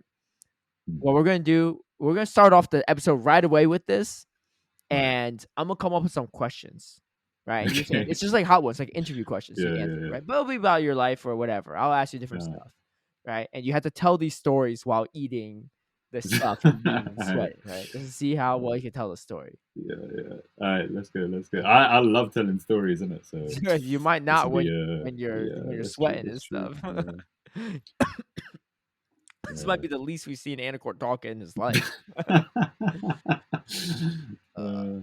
Anyway, so we got what's the tea this week? Because this does not even need to be said, I think. But for those that aren't on X or Twitter, or maybe just missed some stuff last week, something big came out, and this was alluded to in our comments. I forgot who mentioned it, but someone said something in our comments about it. And I know some people say it's drama stuff. I personally don't like to classify certain things as drama because sometimes they're really serious. I guess you could still say drama, but this was pretty serious. And I'm going to state our bias right off the jump, right? Because there's no way, like, here's the thing. Every human being in the world is biased, right? And like, this is why I think it's always comical when the judges or like when lawyers or whatever, when the legal system brings on jury members and they ask you when they're seeing if you're would be a reliable jury member or not, they say if you're biased or not. One of my old bosses, when they asked him that, he said, "Yeah, I'm biased," and they just like kicked him out. Right? He's like, "We're not gonna have." But his thought process was like, "Of course I'm gonna say I'm biased. Everyone's biased, and that's true. Everyone is biased, right? What they're supposed to ask him is, can you try to remain as unbiased as possible in this case, right?" But anyway, we are biased on this podcast, along with pretty much everyone else in the community that knows these people. If they don't know them, then maybe they won't be biased at all. But it was actually one of our friends, someone that's been on the podcast before, Polymers Up, that's also known as Justin, that made a post. It was an Exposé. And if you haven't, you probably know this by now because it's the title of the podcast. But title this episode of the podcast. And he posted this last Wednesday, I think. It was literally Thursday. It was like the day after we recorded, so it would have been like maybe Wednesday. I think. Yeah, Wednesday, I think. No, I think it was Thursday. I don't know. Either way, whatever it was. He posted this expose. Do you want to break it down? You break it down for me. Yeah. So, okay. I guess the synopsis of it is Polymers Up used to work at Go Stadium. He was one of the first members to work for Go Stadium. Yeah, and he's been there for a very long time. Yeah, exactly. So before JR Honda, and over the years he contributed a lot as well. And I think one thing that's kind of funny is some people were just like, "Oh, I never even knew you were on Go Stadium." Yeah, despite how much he contributed, and that's not to say that he was just doing a lot of work without trying to take the recognition. Do you know what I Yeah, mean? he did a And lot he was behind the just happy scenes to put work. that. Exactly. And he left Go Stadium earlier this year. I remember I talked to him about it at the time because obviously we were working together at Go Stadium. Yeah, you were there too. Um, yeah, he was the first person I so like he was the first person I chat to when I was like pitching my idea of like covering all the championship series and stuff. And How long were you at Go Stadium for, just for context? I He was was there there since from 2019. yeah, so I was only there from the beginning of last season Okay. until I left, which was probably a month after Polymers Up left. Okay. So you weren't even there for that So long. You were only there for a couple months. no, no, no, no. But the thing is while we were there, at least with the championship series stuff, it was pretty much like us two and one other guy who was doing the majority of the work. Yeah, so Mhm. we were always, working together every single weekend.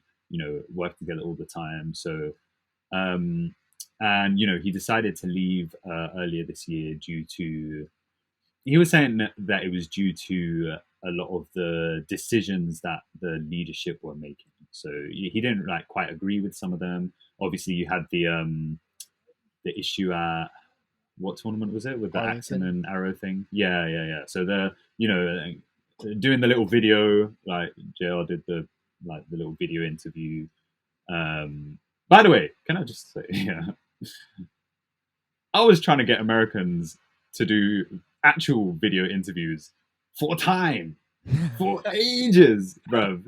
And that was the first one they did. And I was like, bruv, like, First and I was last. trying to get them to do like, interviews with the winners and stuff. And anyway, um, so, he didn't quite agree with, how they handled that. And, he said it was just like another thing in a long string of um, decisions he didn't quite agree with. Made So without as a his result, input too, even though he was on the pitch. yeah, exactly. Also, for So anyone yeah, that doesn't exactly. know the full context, because he wrote like a lot on this, like multiple pages, like a 5-page. I forgot how many pages PDF. I Just think look up two. Paul. Yeah, Yeah, just look up Palmer's up on consensus. Twitter, and then you could read it yourself too. It's Yeah. still up. But yeah, so he wasn't like really consulted on any of these decisions, despite being a part of the leadership. So he decided to step down, and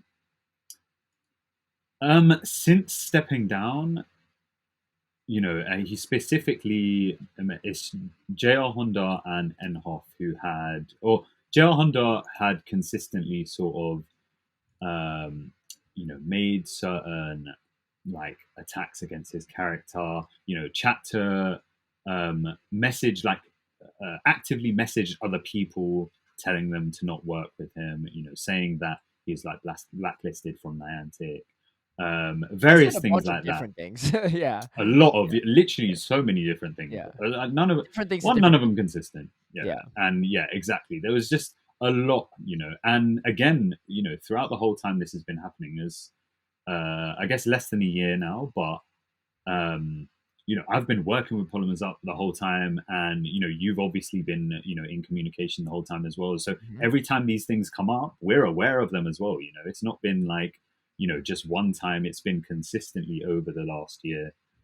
Um, and then almost like the straw that broke the camel's back was a comment in the Zygarde Discord where Enhoff states that she doesn't want the meta team working on the Dracoviz platform because a member of the Dracoviz leadership has made misogynistic comments about her and like made comments about her gender and stuff like that. So that was where it went too far because for anyone who knows Polly, he's not that kind of guy.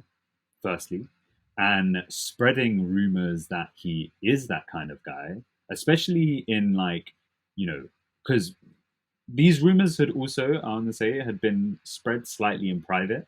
hmm.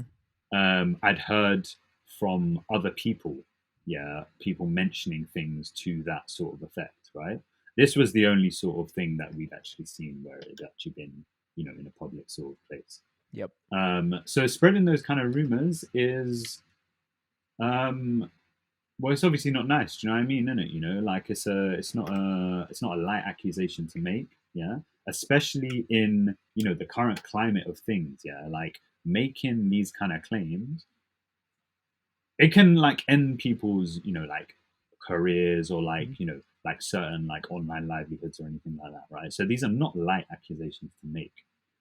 Um, and so he was like, enough's enough. I'm going to call them out on it because it's been a year. They've not been stopping in. You'd think that like okay, maybe at the beginning they're all like angry, annoyed, whatever, and then maybe gradually over time just forget about it. But it's been nearly a year, right? It's Mhm. like if they're not forgetting about it now, it's just not going to go away unless you address it. So Yep. yeah, he addressed it. He did. I'll Mm-hmm. get some background on my own personal involvement with Go Stadium too. I was actually one of their first ever coaches for their coaching program. Mm-hmm. I do my own personal coaching now on my own Patreon, but I was part of their Patreon coaching service. I was one of a couple of the first, like some of the first ones. I think was like Arrow and like House Stark and Valor Ash, Toshi as well. Surprisingly, me, the only non-elite four member, but that's a different story on how that formed. That being said, so I was actually paid by Go Stadium for the coaching stuff. They took a cut, obviously, because it was their platform and stuff, and they were marketing it. But I was paid by them for a couple months before I left. I think I left at the end of 20 I don't know. I think I left at the end of 2019. No, or like early 2020 maybe. I don't know. It was just I started my own Patreon sometime in middle of 2020. So, as context. But yeah, I just realized I was just better off doing my own thing. They treated me fine. There was no issues there. That was when JR Honda was starting out to be involved. I don't even think he was CEO at the time. Maybe he was. I don't know.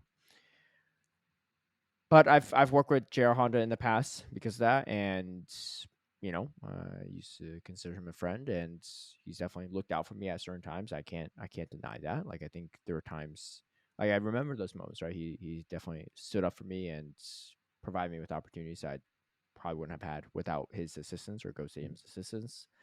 Uh, my relationship with Anna Hoffman, I've not work with her too much, but she's definitely a community leader that I've supported, especially as someone that identifies as trans woman. I think there is a lot of power in that and what she can, what do you call it, inspire other trainers of similar identities or marginalized identities to come out and be a part of the community, right? And that's a huge benefit to the community as a whole.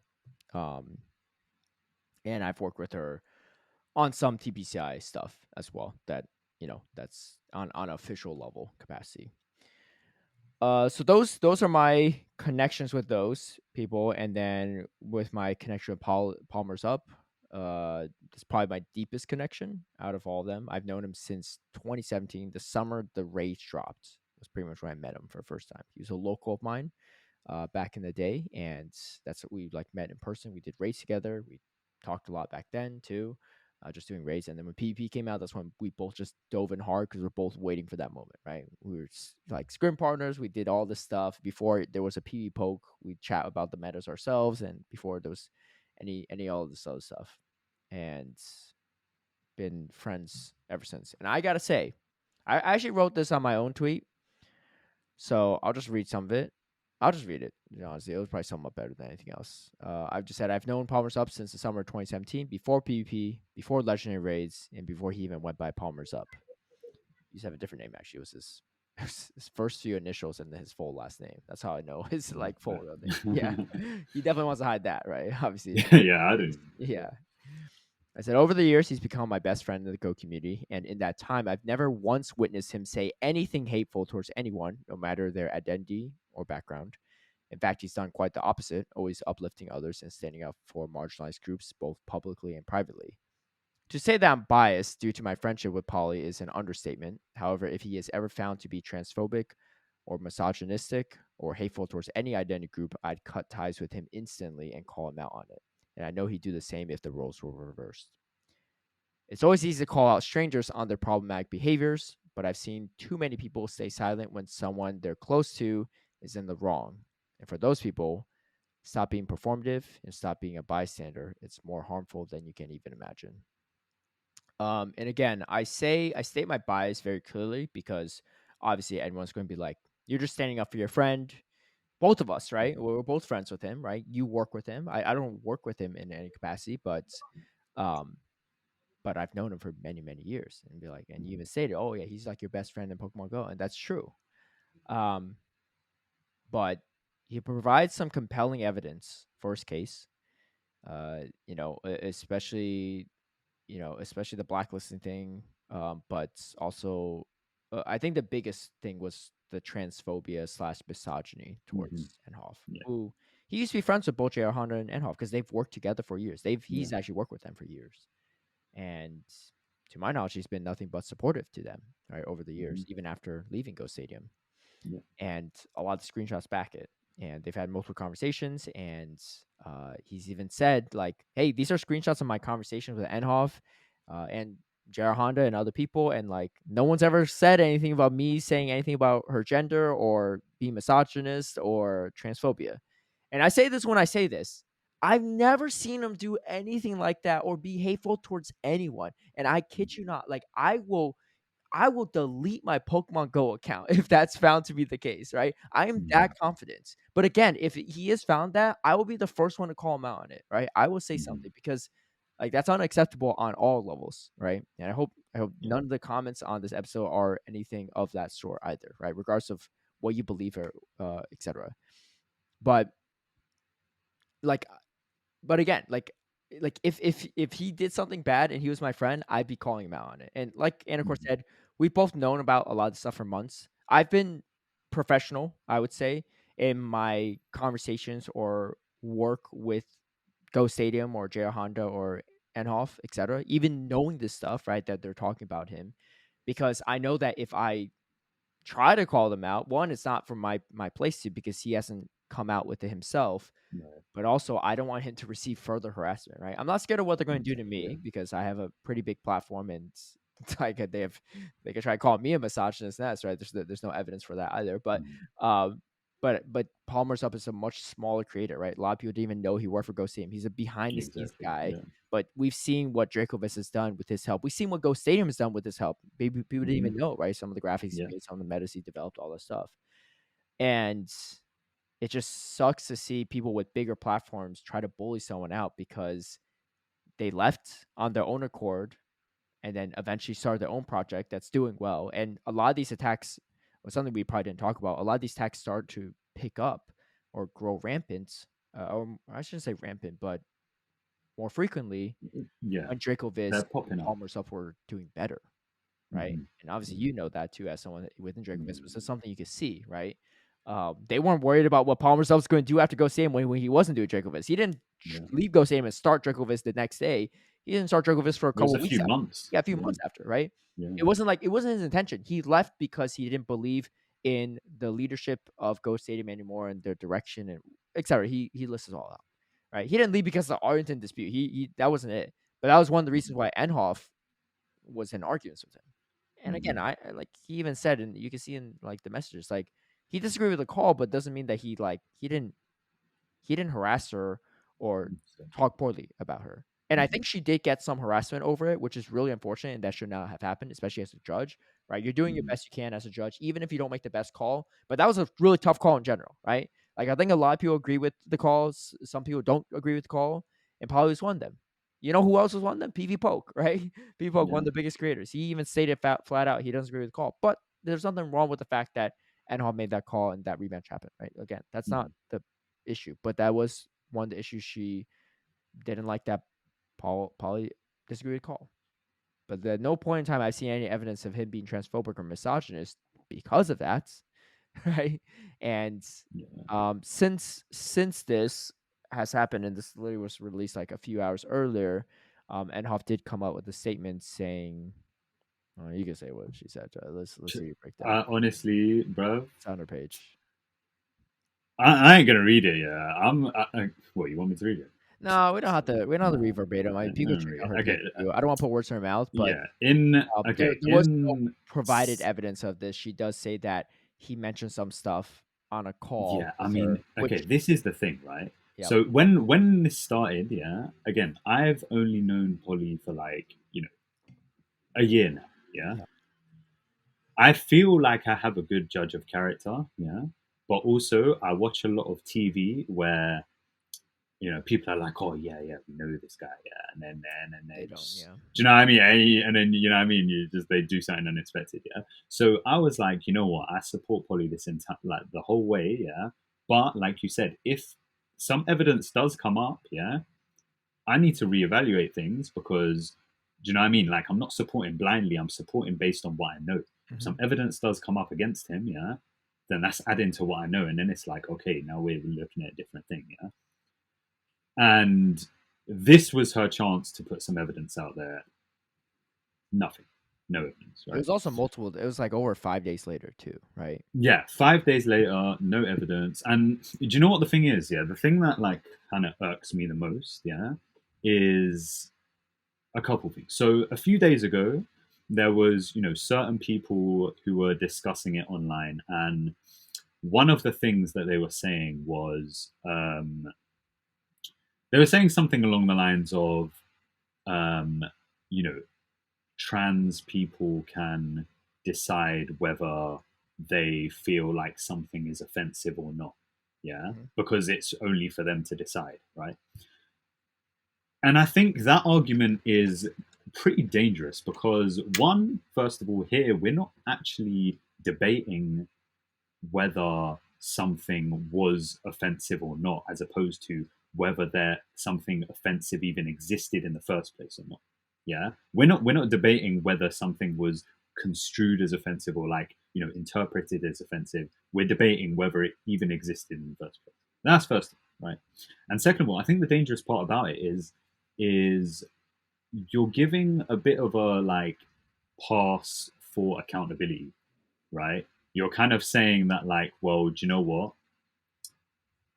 Regardless of the situation,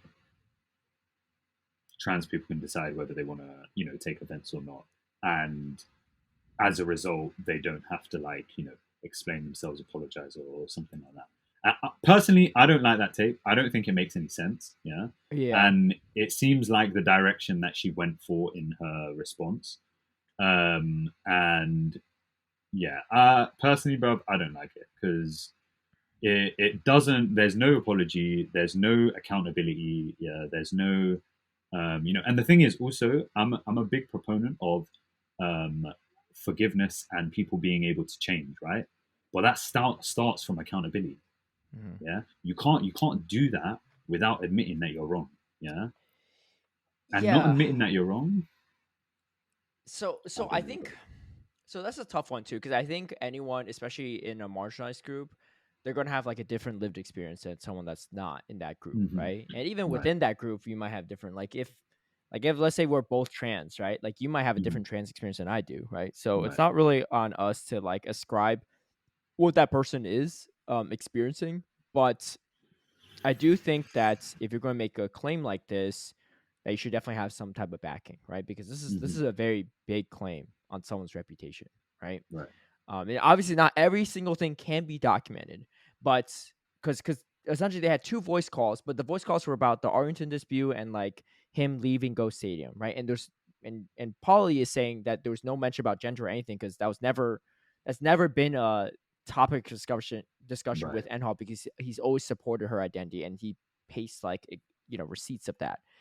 Right. And after their calls, Enhoff specifically says why she was upset with him or like him leaving and blah blah blah. And there's no mention of his transphobia or misogyny. And Hmm. so Polly's literally saying like, look, I'm literally giving you. It's not my word versus her word. It's her word from back in January versus her word now, right? Right. And like, there's no like, it's like, why would you continue to talk to someone like me? Because they still had some exchanges afterward, and Hmm. in a friendly, bantery manner, but like, why would you continue this if I'm some misogynist, transphobic person that's offended you, Hmm. right? And then you know have no detail, like no mentions, recollection of this, or no mentions of this in any of our messages. Um, and and Kaiser's like covering a lot of this stuff on his stream. So there's one message that Zizwise posted. I think it's actually like really well stated. I don't know if it's perfectly stated, but in my opinion, I think it's really well stated. But again, I'm a cisgender man, so take it as you will. Zizwise says, you don't need evidence to have your own experience listened to and acknowledged, but you need a whole lot of evidence if you aim to tear someone else down over it. I think that's really well stated, right? Because I'm not going to be the person to tell Enhoff or anyone that's trans or of any marginalized identity how they should feel after in certain situations, right? But these are very big claims, and this is more than just a misunderstanding. Like this is like he probably crossed a line in Enhoff's opinion, right? A very Right. significant line, and like you can't just not say anything for 5 days and then try to, I don't know, uh just say like her statement. And again, you could read it on her. I don't want to like quote it too much, but she essentially says like, I've had this experience with him on a call, and I've told my friends about it and they back me, which is just like, Well, of like course they're going to back I'm you not up. even blaming her friends, right? Because as a friend, you're going to try to support your friend. But how did her friends know that this happened? They weren't on the Yeah. call. The call wasn't recorded. There's no evidence, message evidence of it afterward to support it, right? And again, I could be wrong, and if I'm wrong, I'll be the first one to call Polly if I can, right? And if someone Mhm. else beats me to it, I'll be the second one, right? But like, and that's why I very poignantly stated in the bottom of my example. I said, look, like everyone's biased, and I know there's people that like Enhoff and are her friends, and there's nothing wrong with that, right? Like that is your friend. You're gonna stick up for your friend, but at the same time, like, to be a good friend, you also need to call them out when they're in the wrong, Right. to help them grow Mhm. as a person and to help them be better, and to Mhm. help them acknowledge their mistakes, and also honestly to help them not get backlash from the community if it seems like they made a mistake and they're not willing to acknowledge it and double down on it, Right. right? Again, I don't know for sure, but just given what we've been provided, it's like super frustrating to see all this, right? And see no one take accountability, right? Mhm. Yeah. Um, I didn't even go into JR Honda. Like again, like me and JR Honda, we've been friends over the Mhm. years, and like he's helped me out and stuff. But he created like this 20-page document that like really like part of it was just contradicting himself about the blacklisting thing, Yeah. and there's like a bunch of pages of like about Cochino Mom for no reason. And Yeah. honestly, the community kind of tore him apart for us. So I'm not going to like go in on him again. He deleted the whole like actual PDF or access to it I and think he his deleted Twitter. his whole page. Yeah. Yeah, Yeah. yeah, everything. So, and he like left every Discord server for the most part too. So like it's just like, Mhm. again, like I think like he's like a lot of people already see that he's in the wrong, right? And not a lot of Mhm. people really siding with him on that. Some people might. I think the Enhoff situation is much trickier, right? Because she is in Right. a marginalized identity group, and it sucks, right? Because there's so many people that experience transphobia that are trans every Right. day, and misogyny and all this stuff and hateful stuff, unnecessary, that they wouldn't receive if they were not identified as a trans person Mhm. or as a woman or any, like a lot of marginalized groups. But like it's also super dangerous, and I'm not saying she's definitely doing this, but if she is weaponizing her identity as a Yeah. way to like That's even to worse. slander Yeah. someone else, right? Because then you're also tarnishing a lot of The real name life of other people experiences. who Yeah, genuinely, exactly. Yeah. Yeah. exactly. And again, Yeah. it's not my place to say if that's exactly what's happened or not, but there's just literally Yeah. no But evidence of Polly doing this stuff, right? And yeah, these are such bold bro. Do you claims, know and what? all There's you got to even say is, I told my friends this and they agree with me. I don't yeah. want to talk about this any further. And again, I'm not asking her to, right? It's not I'm not asking her to, but I But think, if you're going to make these statements, you have to be prepared to. Do you know what I mean? yeah, I mean, it's just Like you yeah, can't be it's making these statements in public yeah, and then be like, "Yeah, I don't want to talk about it." yeah, Well, you obviously the did want to talk about it in the beginning, so yeah, behind closed doors and um, stuff. Yeah. yeah. There's also a comment on there where someone's like, they're actually saying like, "Look, we need to see the evidence because you know, if this guy is still out in the community, then Yeah. he needs to be stopped." Yeah. And it's like, If there that's is true. evidence of Pauly doing this, yeah, he should be He stopped, right? does need to Like be he stopped. shouldn't be Yeah. on leadership for Dracovis. He shouldn't be a part of this community. He shouldn't be respected. He shouldn't be on this podcast or any other podcast or whatever, right? Like Right. he shouldn't be on streams. Like it's like that's a serious. This is a serious claim. And again, like I know. Like here's the thing. I think people that agree with this, like they're like, yeah, preach, right? But like Yeah. the thing is, the people that are maybe sitting on the fence or that are on Enhoff's side or friends with her or stuff. And I'm sure there's some people listening to this, right? And I know it's super frustrating to hear us say these things about your friend that you care about, right? And that you might not agree Mhm. with.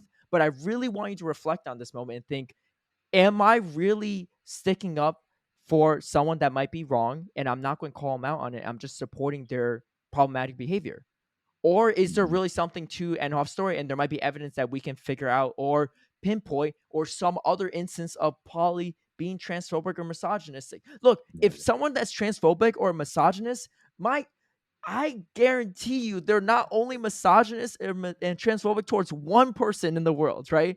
They're going to be 100%. transphobic towards a lot of trans people. They're going to be Mhm. misogynistic towards a lot of women, right? And femme identifying people. Like, it's not Mhm. like an isolated situation, right? Like, I've never met a transphobe that's only transphobic towards one person in one instance on one freaking call on Discord from half Ever. a year ago. Yeah. It's absolutely why, like again, I could be wrong, and please DM me the information if it is, right? And this is why I Yeah. say, this is why I'm saying, like, earlier, like, this is not just drama, right? Like, and that's why I'm like, I'm not like heated, but I'm getting definitely into it Mhm. a little bit. Like, this is a very serious situation, and it should not be ever said lightly about anyone, right?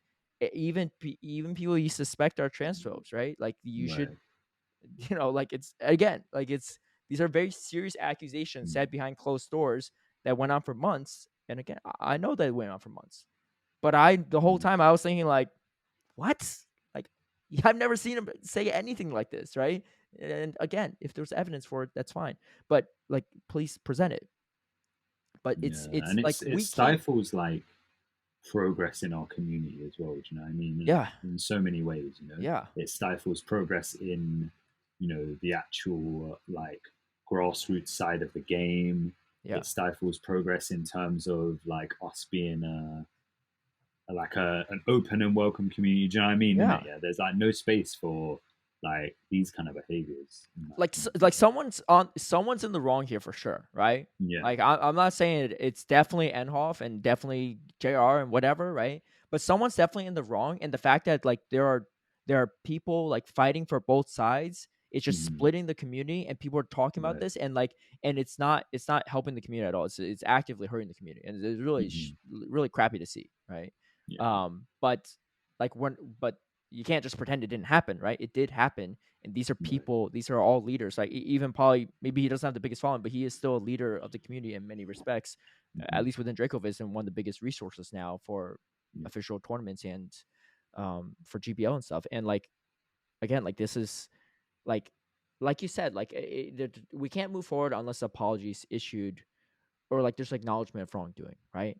And, Mhm. like, eventually it might just, like, eventually go away, but people aren't really going to forget, and it doesn't really, the community doesn't actually heal or move forward, right? And neither do Yeah. people involved. And I'm not saying, like, it has to be end off of issue apology. Again, it's not my role, right, to do this, right? Like, I have no control over her. I'm not saying she's definitely wrong either. I'm just saying, there's literally no evidence presented that makes sense, besides just saying, like, it just happened on an isolated call with nothing to back it around it, right? And Right. Mhm. I, I'm not even speaking to her, right? Like to her in this specific situation, because I don't think she's probably listening to this either, right? It might be some of her friends that do. Maybe no one does, right? And again, we're saying all this stuff, like, I don't want people to be, like, DMing her or sending her hateful stuff because they heard this podcast and be like, you gotta apologize, right? We're not like, this is not like a rally call or like a mob mentality Mhm. situation, right? But, like, honestly, we're just explaining a situation that's going on.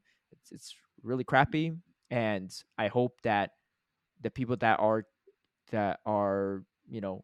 culpable of this are held accountable and say their piece, apologize, whatever. But also, like, again, if you're that close friend to this person, to people involved, like, do your job as a friend and really call them out, right? If Anicor Mhm. ever says anything transphobic or misogynist online, like, you think he's going to be back on an Uh, episode? Heck no. I don't care if I win every bet against him. I don't need, like, I'll find a different co-host. I'll end the podcast if I have to. I'll talk about myself for 2 hours, right? Like, there needs to be Mm. accountability held in these situations, and you don't, I don't know, you don't get to just, like, go off in the sunset and pretend it didn't happen, right? These Yeah. are these are serious things, and You can't get a free pass for being mean. You know what I yeah, mean? yeah. for months too. But Yeah. anyway, we explained our bias on this. I know it's a. I actually don't know if anything's going to happen after this, right? I don't think Enhoff's going to try to make another statement. I don't know if Polly will. JR's not even on the Twitter space anymore. Ghost Stadium is parting ways with Enhoff. Um, she's left the org. We don't really know the backstory on that. If she left or they removed her, whatever. JR Honda's no longer the CEO, but he's still the owner. And that was actually a big statement too, because they came out with the statement, and then after that, PV Poke, one of our biggest Yeah. resources for PP, actually responded. I'll read that one because I don't want to misquote it. Ghost Stadium listed out like what they're going to do. Right, they're not going to be like some Mm. like corporate like entity anymore. They're just going to be a resource and blah blah blah and all this stuff, which is great and all. But Poke responded with, I'll share here what I've shared privately. Going forward, I won't be engaging with the Ghost Stadium organization or its content while John maintains ownership. I don't feel comfortable supporting the org until it makes amends with the community. There are a lot of people I highly respect within Ghost Stadium, some I consider close friends. I wish you all luck on the path forward, and it's going to be hard. Understand that keeping the Ghost Stadium name and business also means keeping its legacy, the good and the bad. Keep doing what you love, make the content you want to make, and be true to yourselves. If you remain good people who do good for the community, whether under Ghost Stadium or something new, the rest will follow. Until then, farewell, and I hope we can revisit this someday. And obviously, he doesn't really mention Enhoff in this, which is fine because Enhoff's already leaving the organization. It's JR that's still the owner, that's still deeply tied into the organization and owns like all the assets, probably, right? Um, I don't think they have like public stocks or anything, but he does own like it's his corporation, right? And you can't force him to give it up, but that is P Poke's stance on that. So it's been a week. I'll just say that. Uh, Um People could feel free to call me out if you think I overstepped any boundaries here, but I'm just well, I talked to Anicor about this right before we went live or we went recording, and I was like, you know what, we need to talk about this, because I'm not going to be uh this is I always want to be truthful to you all when we can, right? Obviously, if I can't say something, because like it's just like I can't say I'm casting my worlds yet because like I'm NDA'd and I can't say that, and that's fine, right? Or if someone asks me something I can't say, I'll always say like I can't answer that, right? But we're not gonna try to sugarcoat or pretend like this didn't happen. This was the biggest thing that was. Unfortunately, it wasn't Peoria. yeah. This was the biggest thing that was happening in Pokemon Go PP this past week, right? Mhm. Right. Shout out to King Alexander for winning it all, but unfortunately, like this overshadowed it. Which again, that sucks, right? Like there was such Yeah. a cool It victory, shouldn't and be. like Exactly. he should be celebrating stuff, but there's all this random like crap Mm. floating around that's like clogging up a lot of the channels. But Yeah. people like, but it has to be said, right? And things have to be said, and hopefully, Polly has a peace of mind, and hopefully Anhoff is okay after this, and JR whatever, but hopefully it gets resolved. But like right now, there's no resolution really. It's Mhm. just things are being said and PDFs and like long statements are being posted back and forth, and it's really just hurting the community more than anything else. And anyway, I say this to say is it would be super disingenuous of us as a podcast that covers, Pokemon Go PvP related stuff to just pretend like this didn't happen. And for us to Yeah. just say some canned response if we did say like, oh well, there's this statement to read these people's Twitter tweets from the past 7 days and you'll know. Um, this is my unfiltered thoughts for the most part. Um, Again, I've worked with all these people before and I've had relationships with them and some of them I still do, but this is more than just a game thing, right? This is like a real life big societal issue situation, Mhm. and these are not things that you can just say lightly and get away with it or etc. On both ends, right? On all ends, right? If Paulie Mhm. lightly said a transphobic joke, he should be held accountable, whether it's a joke or not, right? Um, but you can't also just accuse someone of being transphobic and misogynist and just say it and just start spreading stuff because Right. Mm. they're making a resource and you don't like it, right? You don't like the competition or whatever. But again, I'm not saying that's exactly why it is. I mean, I don't have that in writing, but it just again, it is that. Anyway, If we lose followers over this, so be it, right? I'm being honest. Yeah. It's my take. You know, it is what it is. I think most people listening to this podcast aren't really like tied to any of the individuals, but I know there's some that are, and I hope you take what we say very seriously. It's a very serious issue. It's not just a I'm defending my friend, I'm not defending my friend situation. I would say this even if Polly wasn't my friend. Obviously, it's hard to say because you can't always separate the two. But I'm just saying Yeah. if this happened to another community member, uh, if it happened to Enhoff, right? Like if someone called her whatever, I'd stick up for her too, right? Or JR or anyone. Um, but that's what needs to be done, especially if you're a leader in the community. Anyway, I did finally break my silence on the thing. In full transparency, I was working with Enhoff this past weekend too, and so I didn't want to make it awkward for her. Again, I've known for months, but I've always tried to be professional. Um, but I think it needed to be said, and I knew I was gonna record this with you anyway, so I was like, if I don't tweet about it, I'm gonna say on the podcast anyway. So yeah, what a week. What a week. Yeah. Yeah. Again, please do not attack anyone on our behalf, in our name, or just in general, on anyone's behalf, on your own Yeah. behalf, on Paul's behalf. He Bear doesn't in want that mind, either. yeah, that if you do that, you're literally just as bad as the accusations that are Yes. being put out there. Do you know what I mean? 100% Whether you think agree. you're doing it in good stead or not, you're doing the exact same thing. Yep. Regardless Exactly. of how you feel. So Yeah. that's not the goal. No. And I think besides a certain mammal trapper, I think most of our listeners are or all of our listeners are pretty well behaved and understand the implications of things. So we appreciate you all for listening to this. I know we don't usually get this heated or serious, so, in the segments, but I think there's appropriate time and place for everything, and this was the time and place for that. That being said, that probably does it for us. I know we probably not ending on the best of notes, but we got to look forward to Anicor eating something spicy next week. Yeah. So be on the lookout for that. Yeah. If you're going to Sacramento, go say hi to me. I will be casting, but and shout out to Axon who's going to win it all. And if not, shout out to my teammate Roberto who will hopefully win it all instead. Win it, yeah. Do you know what? Yeah, a quick plug. Yes. And actually, as of recording, nothing's out yet. Yeah, but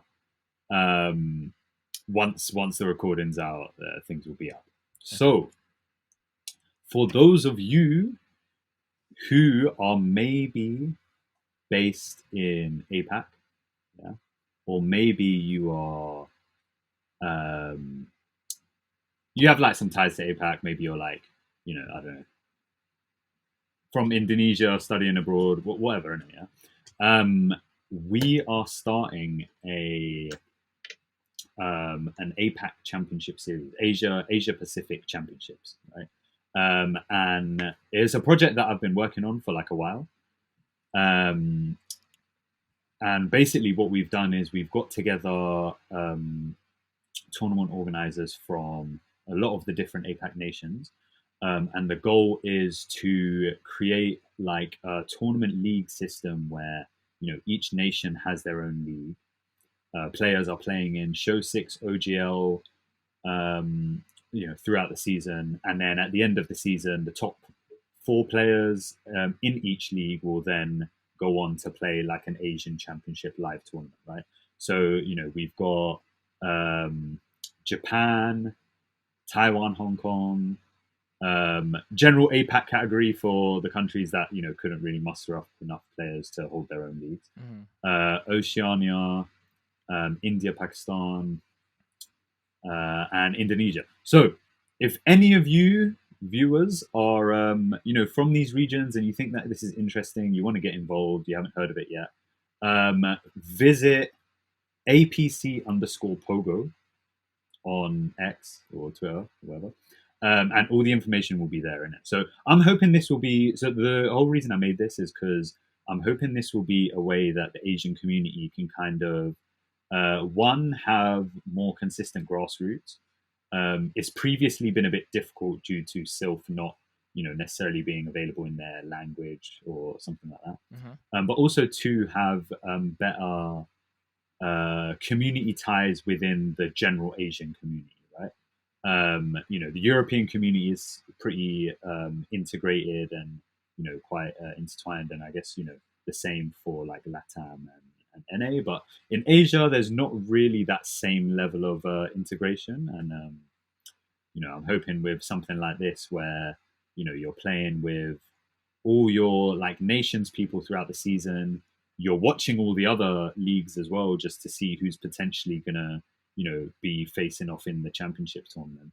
And then at the end of each season, there'll be a championship tournament of all the best players from each country. So you should stream I it. think it's gonna be really exciting. Like, you should save the recordings and stream it. Yeah. So we're gonna hopefully stream it. So like the first, You should currently the you should be the setup. shoutcaster too.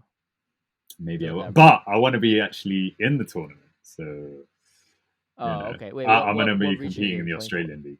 Oh, okay. Yeah. But you already have your own like TPCI What? tournaments and stuff. What y'all need a double dip for? What? No. You're also not even from Australia. You're from London. Hey, I told you. That's I like got a saying like, yard yo, there, I want to like- play for Team China, right? You can. Is there a Team You China? can. No. So it's like you're not playing on the team, but you'd be playing in like the region. Because I'm considering because I know that they don't have this China. This is solo tournaments. Like this is solo. Okay, This is solo. Yeah. So it's like you'd be playing in the league. Yeah. And then obviously if you end high enough, then you play in like the championship tournament. I don't really speak Chinese very well though, so it'd be a bit difficult. Yeah. But you know what, you could, isn't it? If you have that kind of link, then I encourage people, because again, like for example, BJ is going to be playing like representing Thailand in the APAC one, and obviously he's living out in like. Well, yeah, but he's actually a student here. Like he actually. Yeah. Well, that's what I mean, innit? So he's like, he's obviously. I don't know. You playing for Australia League is kind of. Bruv, what? I'm living there. I mean, yeah. I got a whole flat to go back to. All right. Well, I'm probably paying taxes or something. Yeah, okay. I don't know. I give it to you. Yeah, but I'm probably excited because so the current format is going to be next week. We'll be starting the Swiss preseason. Okay. And that's just going to be one large Swiss tournament for each nation to decide tiering for the actual season. And then when the first season starts, there'll be divisions in each nation, where it's like the top 20 people are in Division 1, then the next 20 people are in Division 2, and like so on, depending on how many players you have. So I know that Japan actually have over 120 people who are competing in the Swiss. So they're going to have at least 4 divisions. Yeah. So, and I imagine India will probably have like quite a bit as well. I expected them 2 countries to have like the most. Yeah, but that's awesome that the work got out and they actually signed it, because it's just like a whole new format that you're just like. Yeah. So I mean, the thing is I haven't done the best in terms of like this week. Hopefully, you guys should probably see a lot more of the like promotions and stuff. But I haven't done the best in terms of like sorting out the promotions, because we were just trying to organize the whole thing initially. But definitely once season 1 starts, everyone will know about it. And then the end of season 1 is going to be, so it goes by GBL season. So the end of season 1 is going to be mid-February, and that will be when the first Champions tournament will be. So Steve has said that he's going to help out with putting on a stream. So hopefully this should be exciting. And honestly, you know what another thing is, right? Is if we get a factions format back by then, which is like as widespread as original factions was, then you're going to want to watch this championship tournament, if you want to pick up some new players, because there might be some low key, names there you never heard of. Yeah, that's true. Free market, you know what I mean? There's a lot of people picking up people. That's what I noticed. Yeah, man. Especially that Infinity team. Yeah, bruv. They just Yo, announced they got who like is a it? whole Human like, Catcher Bug? Oh, well, yeah, human catcher bug, Tauntaun, yeah, Batus, Tonton, Doombug, J Naldo, JW Doombuck, bruv. Naldo. Okay, Yeah, no hate on good stuff. them, but I think I don't think that team's gonna perform as well as you think. As you not think so? I think talent alone is not enough. You think they need the synergy?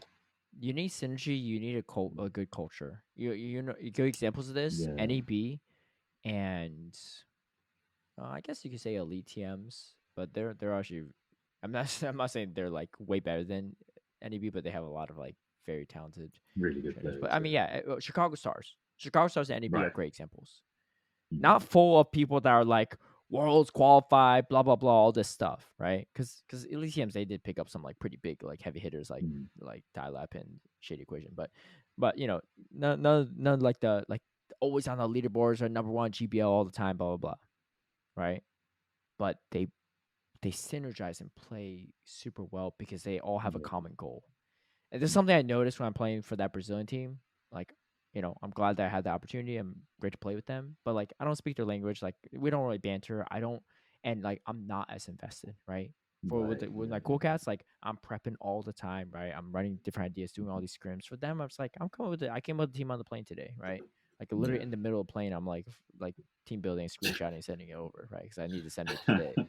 And like there's nothing wrong with that, but it's just like they pick me up for my talent, Mhm. but talent alone is not enough in a team format, in my opinion, because you don't have Yeah. you have to play for the team and for your teammates. You shouldn't be playing for yourself, right? That's what the solo stuff Yeah. is. And when you play for others, that's when you end up and you have that pressure to want to perform like that. That, in my opinion, is what makes certain teams better than others, despite the fact that they might not have the talent, the raw talent. And I think this Infinity team has the raw talent. We'll see if they build the culture or not. But I think they've got a and that's a like that's another reason why I'm also very hesitant about picking up anyone that's been on multiple teams. Cause right cause for me, because there's a reason they've been bopping around. yeah, for me, they're not the kind of person to buy into a team culture and be loyal, right? And loyalty means a lot to me personally. And I think like I don't mind if you're not the best player in the world. We could work with that. We could help you to optimize. We could help you with accounts, right? Like again, some of these players they just started a few months ago and they're so good, right? The skill and talent itself is not that important to me. It's about your willingness to improve and your willingness to be a part of the team and that team culture. So we've turned down plenty of people that I'll Right. give an example too. I don't have any qualms with it. There's something bad about him, but Doombook asked to be on Coolcast Yeah. once upon a time. It was after he was a world champ and everything too, right? For Sylph. Wow. And I was like, sorry. I mean, we were full, but also like he wouldn't have fit with our team culture. Mhm. And Yeah, he I ended think up that's very playing for true. three other teams after that. So Yeah. three different teams. So Yeah. we probably wouldn't have been his last team he was playing for anyway. So he probably would have Yeah. moved on anyway. So it's probably the right call. Yeah, that is true. I think it'd be interesting because the thing is they've started the base on like half Spanish players, half Italian players, and obviously Varney and Celio have been like playing together for so long. So I Yeah, think they that makes sense to definitely, me. yeah. So it's like You that's a know, good base. they Yeah, tried to pick it's the up our four teammate additional Auburn. players. Yeah, yeah, yeah. He I declined. heard. Yeah, You know why? yeah. Team culture. Loyalty, Yeah. team Mm. culture. Yeah. Yeah, I think the four additional players will be interesting to see, right? So like they have that base, and then it's like, okay, will human catch a bug? Who honestly, I thought he'd go to Snova Tappers. Do you know what I mean? Innit? Yeah, I thought that would be the most obvious. They're all like from Scandinavia. I thought Human Um, Catcher was from the UK. no, no, no. Oh. He won a tournament, Oh yeah, but I but thought he was he's just from. I thought he was from the UK. I didn't realize that. Okay. oh no, no. He's like I think he's Danish. Yeah. Oh, okay, okay. Denmark. Yeah. So like I thought he'd go to Snova Tappers, isn't it? Yeah, that makes sense. Tonton has actually been with Le Mangement forever. Yeah, Yeah, even when they it's weren't doing wild. as Yeah, well, he was like one of their top players, and got them all the way up into Emerald. yo, So they must have sold him on um, this team.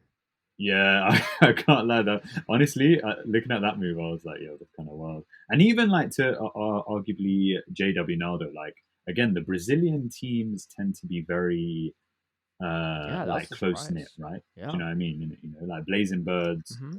Um, That was his you know, team, I right? don't know too much about them, but yeah, that was the team he was on. But they seem to be like very close knit, so I found that interesting. So those are actually, funnily enough, so like two players who have shown loyalty to their team previously, one who's hopped around, and one who's never played for a team before. So it'd be interesting to see how they fare. Yeah, we don't have any big team formats at the moment to put that to the test, Yeah. but Hopefully soon. Hopefully soon. I know I've got faith in like Varney and Adelian that they're doing some cooking in the right direction. So okay. hopefully soon. Okay. I hope. Let's see. Um, yeah. All right. Well, that does it for us. This was a long Mhm. one, but you all like the long ones. This Yeah. one was all over the place. Yeah, I'm late for yoga. Yeah. I'm gonna, I'm gonna have to get the later yoga. Yeah. I guess you won't be climbing as much elo today now. But anyway, thank you all for joining, as always. And by the time this episode comes out, there might be things that have changed since. Of course, we're only commenting on stuff that's happened like early Tuesday morning / late Monday night. So I don't know. Maybe a bunch of people sent out apologies before this happened, and everything I said was just completely useless. And I hope that's the case. I sincerely hope that's the case. I really do. But anyway, that's it for us. So catch you all next week. See you at Sacramento if you can. There's also Conquildor, or I should say Timber Community Day, this upcoming Sunday. Triple Dust. I want to see. We're not doing a Stardust contest, but I want to see how much dust you have before and after. Take a screenshot. Nah, bro. I just Do you know want what to the see thing is? Yeah, what. tonight is flipping Shroomish night. Yeah, and I was like, oh, maybe I can Yeah, get it. you should play Shroomish. $500.